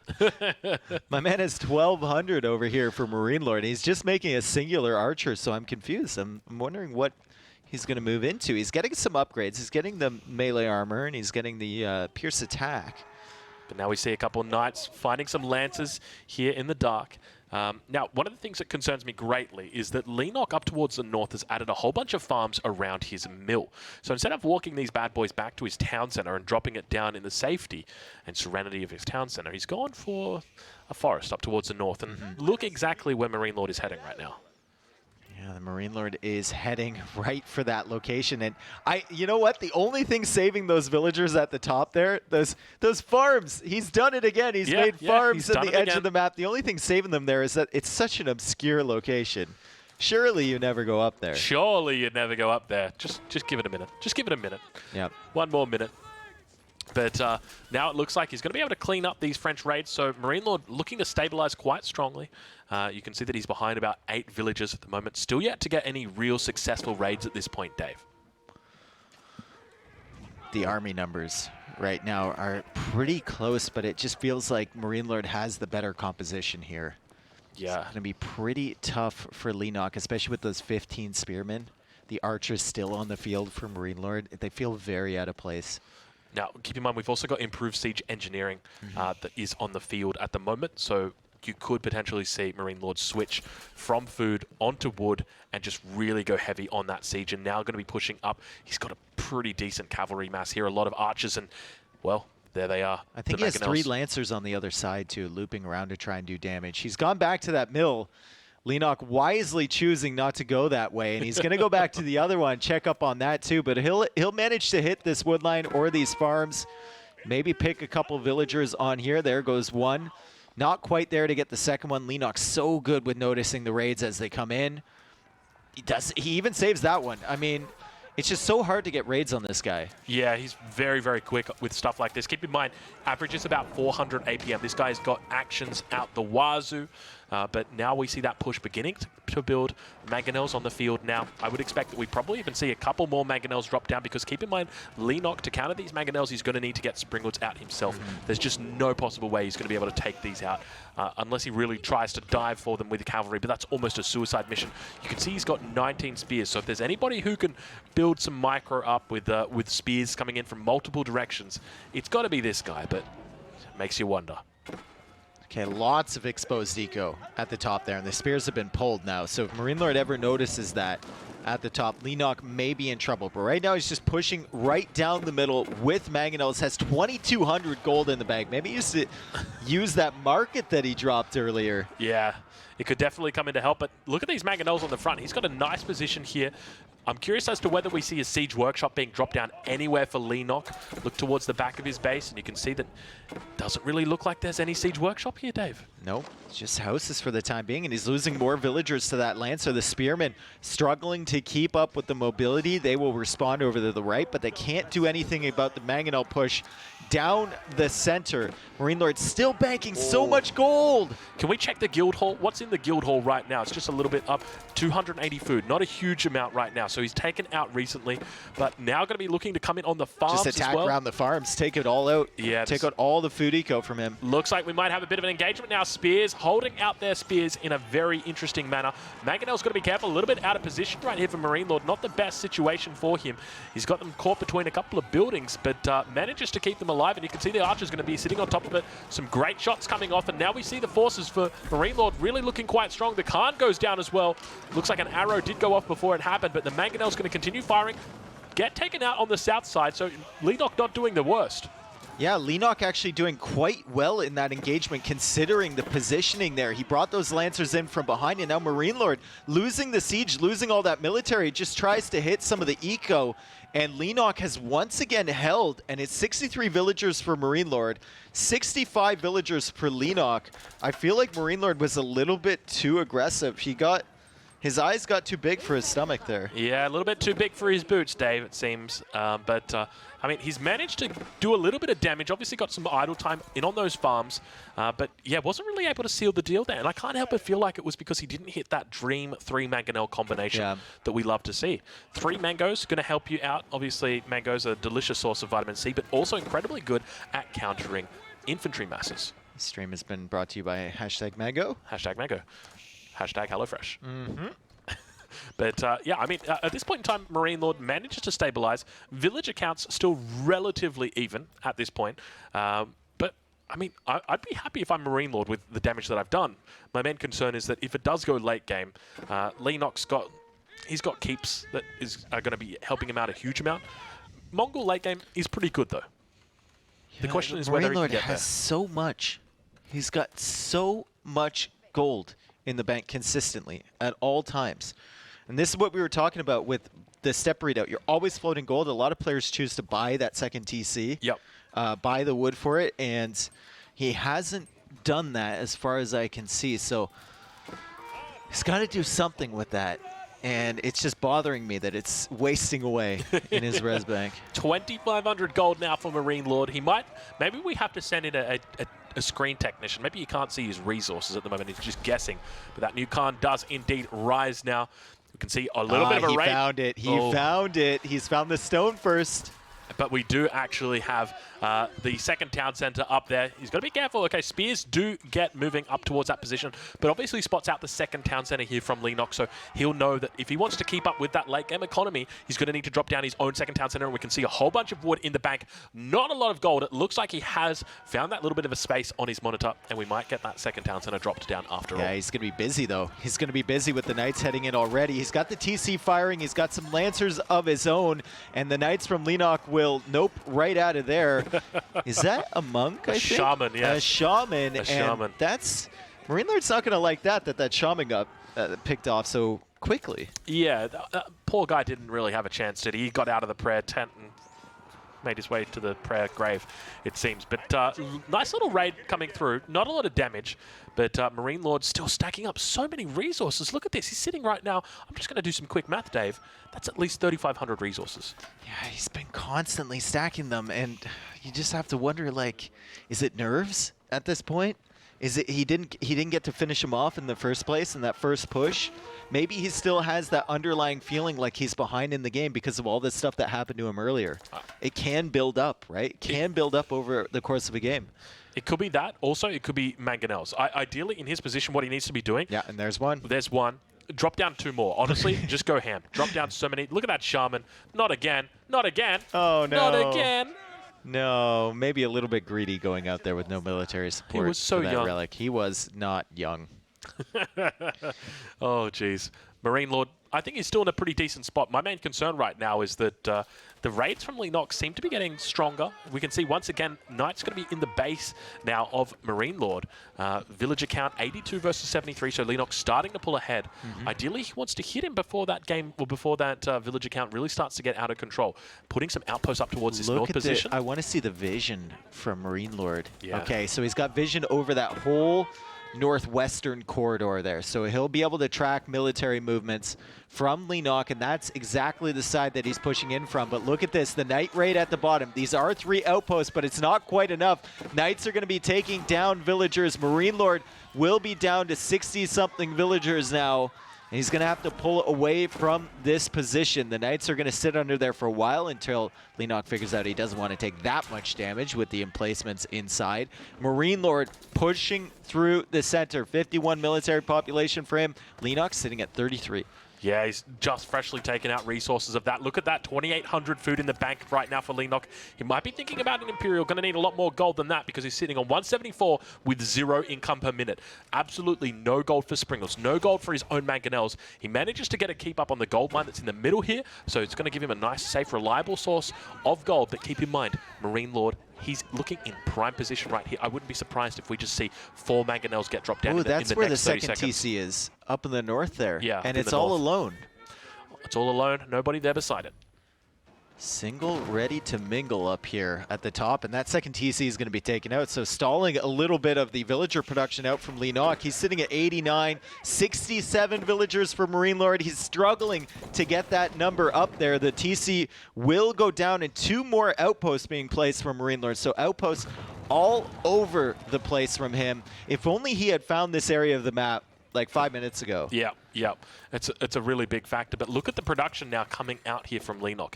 He is going absolutely ham. It sounds like he might be thinking about going up to the next stage shortly. You can see him still stacking up all those extra food sources or food resources. But still, I'm so curious about this. I don't know. Maybe MarineLorD just doesn't know the position that he's in right now. But I can't help but feel like, you know, there should have been a mangonel push coming in at least 10 minutes ago, and there just hasn't been. I think he might be scared to make too many mangonels, obviously knowing that there's After Knights. the last time. Yeah, you're not wrong.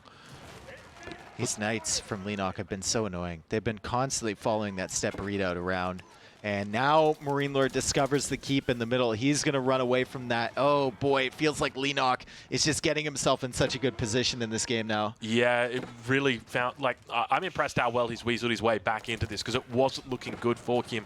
And I really... The way that the game swings from player to player, and it's impressive, but look at that massive Lancers coming out now from MarineLorD. That's a huge amount. He's on to 24 Lancers. Now, he's got a couple of options with this, but it looks like he's just going to be dropping down a whole bunch of outposts. Typically, when you start getting towards this critical mass of Lancers, what you can do is look to go for that Imperial Age, get the elite upgrade, also get the upgrade or the improved biology, and you have incredible units that could just take on absolutely everything. So that's something to always look out for. You can see he's starting to stack up a fair bit of resources back here as well, up towards that 700 food mark, 1,200 gold in the bank, so could be thinking about an Impia, Dave. Okay, don't overcommit here if you're MarineLorD, because there's an opportunity for Leenock to take that massive army and loop in behind you, and the Knights are still out there, still looking to hit your eco, so you're going to have to be paying attention to that as well. He goes in with the Lancers, he takes a few villagers, he's going to back out once again. Also, the economic upgrades for Leenock. He's got 2 on the food upgrade, 2 on the wood upgrade, 1 on the mining upgrade. Wheelbarrow for MarineLorD, only wheelbarrow currently. This is not looking good for MarineLorD when you put it into perspective like that. We see some Springalds coming up on the back line. At the same time, I mean, there's 5 Springalds out for Leenock now, so he's managed to find a pretty decent composition that he's got as well. But a Wolf getting in on the action, and now it looks like we might have ourselves a bit of a fight. Those Spearmen running back for their lives, managing to try and survive, but not really having too much luck. Villagers going to be doing much of the same thing. You can see them speeding their way out. And Leenock going to Imperial Age right now. He is heading up to the 4th Age. But MarineLorD might find all these Springalds exposed here. And the Spearmen are trying to catch up. Oh, the Horseman came in at the perfect moment. Really nice coverage right there from Leenock, and you can see he's up ahead in the military count, also ahead in the villager count, ahead in population, of course, and going up to the next stage, Dave. Yeah, range units here for MarineLorD are going to get good value, but does he have enough there with the Springalds behind, with the Spearmen coming in to deal with the Lancers? He's going to have to play this perfectly. Back into the stealth forest he goes, and he's still not up to the next stage. Leenock advancing, 61 military population for him, 51 for MarineLorD, and Leenock still has the villager advantage with all the eco upgrades. Leenock looking absolutely insane right now. We can see these units continuing to pile down. Keep in mind, he's going up to the 4th Age as well. So even if this attack fails, he's able to fall back. We can see he's actually dropping down the Red Palace on the big gold mine as well. Reaching the Imperial Age will look towards the face of MarineLorD, and he does the little PogChamp face! The esports O, as we call it, from MarineLorD. No. Oh no, he was genuinely surprised that Leenock was in the next age. It even showed, like, oh man. He's like, Imperial? In 2022? It's wild. I can't believe that he's got here. So now we see the Imperial upgrades coming through, the elite upgrades for those spears. Plenty of Knights now coming out. Leenock has a little bit of a window right here. He's got to be careful, but look at those villagers so happily gathering up that gold. Needs to be an emote now. Oh, Someone yeah. needs to grab that. Oh, yeah. That's a nilly pog right there. Yeah. Put that in PNG, please. Reaching out to old Twitch chatters. Geez, this is pretty intense. So MarineLorD really on the back foot. He's down in this set right now, 3-1. If he loses this game, he is out of the tournament. He's the favorite currently. He was scheduled to go through to the finals. Everybody had him in their fantasy drafts and whatnot. I can't believe that we're here right now. Leenock is up 3-1 in this set. He is fighting. Still floating a crazy amount of res, too. Like this whole game. Yeah, what's going on with him? He's not feeling his best when it comes to his macro. No. Leenock, on the other hand, he's just been an immaculate source of macroeconomics. Running into the keep once again. Leenock slowly locking down the front front side of his base. MarineLorD only at 80 villagers. Leenock still at 94, so he's not too far behind, but obviously being up in age is a huge advantage here. And what is, like, it's just the wood count for MarineLorD now. The gold count I can see, because you're maybe trying to go up to the 4th age, right? Food count you're building. Wood, what are you using it for? I was honestly thinking he's saving up all this wood because he wants to drop some mangonels on the front line. There were multiple opportunities he had where he could have dropped 4 or 5 mangonels, and that just sways the fight. You get 5 mango shots on an enemy in a stealth forest. It's pretty much a good game. And wasn't able to achieve it. So He's going to be looking to go imp himself. He's got a couple of siege units down here. We see that it looks like a university going to be getting dropped down, but that elite upgrade now coming through for the Knights. I don't know how MarineLorD deals with this from the third age. It's going to be so difficult. We see he has a lot of army collapsing here in defense as the Knights come in from Leenock. He's also got some range units in the middle. The Knights may be catching those, but they're just going to run right past because they indeed have Knights behind them as well. And MarineLorD is going up. He's going up. So we have ourselves an Age 4 battle here. Leenock still unable to push through the middle of the map, still unable to do significant economy damage to him. MarineLorD has hung in this game just like Leenock did in the earlier stages. And now we have 55 military against 67 military from MarineLorD. Keep in mind, MarineLorD does have the 2 relics. That's a really good point. So he's obviously got that little bit of extra oomph behind him. But, I mean, we now reach this point in the late game. If you get to choose between France or the Mongols in the late game, you're going to choose the Mongols 100% of the time. They've got a lot of great upgrades that are in there. Even though the French have got some beautiful upgrades as well, typically you'd want to be the Mongols just because they've got so much variability or so much improved things that they can use. As an example, improved siege engineering really helps them out on the battlefield. But now MarineLorD ages up. We'll take a look and see what kind of upgrades he's getting. Leenock on the other side of the field has already got the elite upgrade for his Knights, now getting Royal Bloodlines. This is going to take his health on the Knights up to 360, I think it's 364.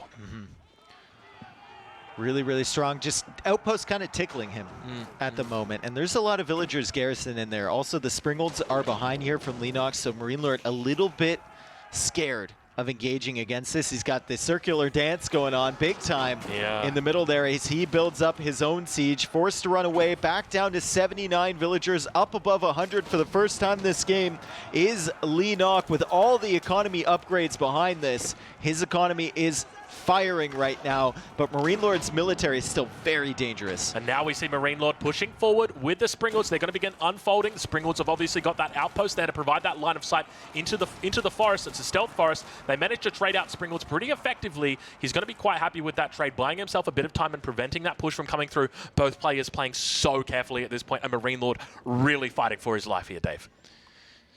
MarineLorD, though, is slowly losing ground. Like, as Leenock advances, he adds outposts. He's got the keep in the middle. He's got the other one on the left-hand side over there, the Red Palace on the left-hand side.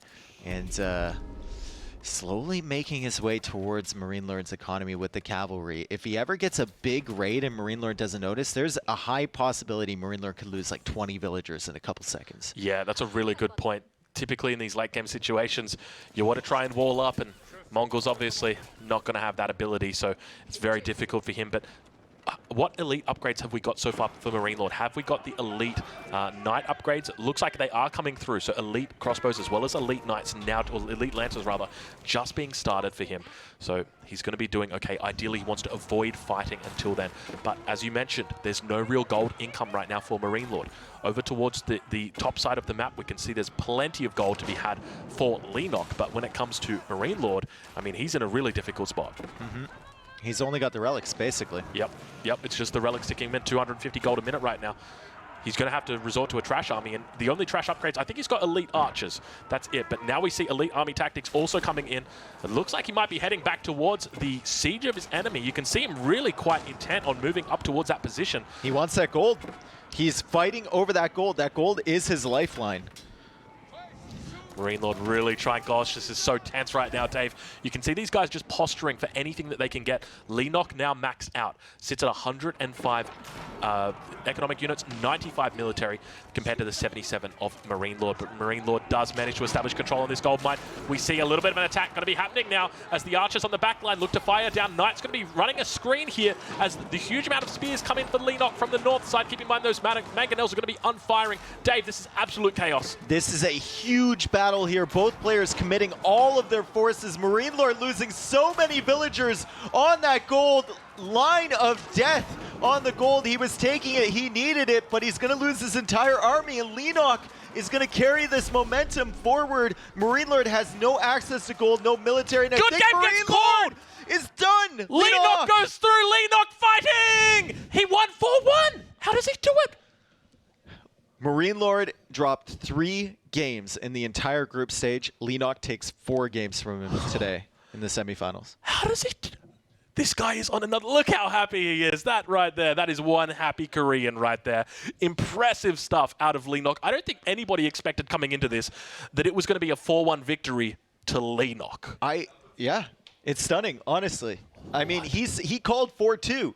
He was doubting himself. He called 4-2 yesterday that he was going to beat MarineLorD, and he manages to take a 4-1. That's absolutely incredible, to be honest. And we see there's a couple players clapping in the background as well for him. So we're super happy for Leenock. We're not so happy for MarineLorD. It's unfortunate after such a great performance in the group stage.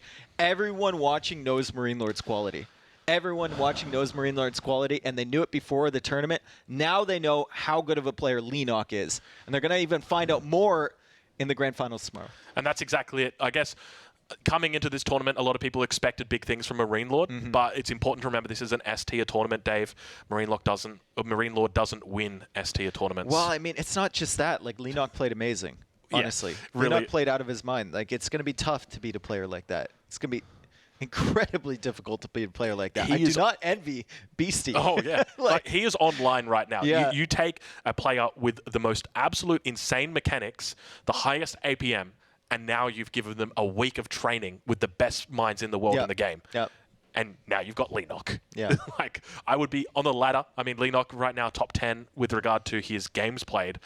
He's going to be very quickly rank 1 on that ladder. He's going to be eating away everybody. It's an incredible story, honestly. Incredible story from where he showed up in the tournament to where he is now. He's super happy about it.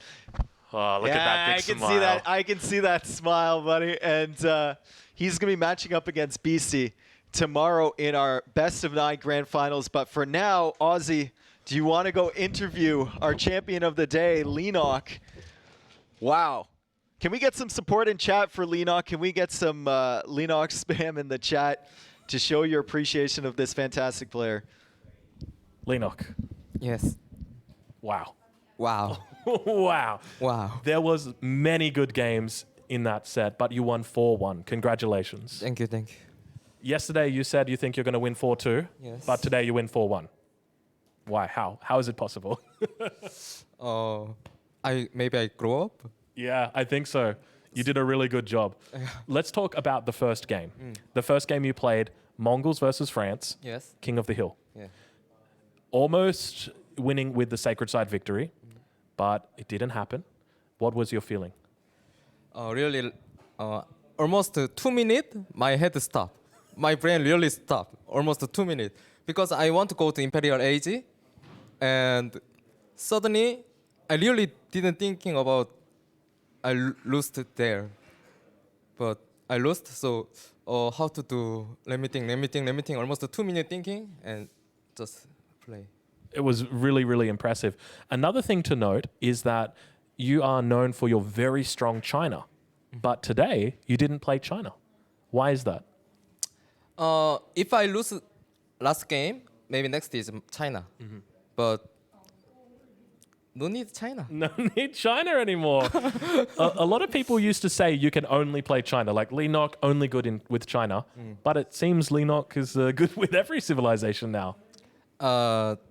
Because a lot of game I practice really for N4C really. So before it's sure it's right only China, but now different. I want to take you back to that last game that you played. There was a point, it was looking a bit scary for you. You put a second town center at the top of the map, and MarineLorD found that town center and he started to kill it. Were you scared that you were going to lose the game there? I think, no, that timing. I think just a little bit comfortable because I think if MarineLorD go to fast Imperial, I think very hard game, but I watched he make a lot of night. But I'm French, so night match is good for French, so I feel a little bit comfortable. So slowly do, I can do, so I win. Well, once again, congratulations. Good luck for tomorrow. You're going up against Beastyqt. Do you think you're going to win? I killed MarineLorD. Who is next? I don't care. Oh, Leenock, quickly becoming a fan favorite, I suspect. Well, good luck tomorrow. And I'm sure you're going to do well tomorrow. But everybody in chat, if you're not familiar with Leenock, I'm sure you will be now because he is an absolute powerhouse. Congratulations, Leenock. Thank you. And good luck tomorrow. Thank you. Thank you.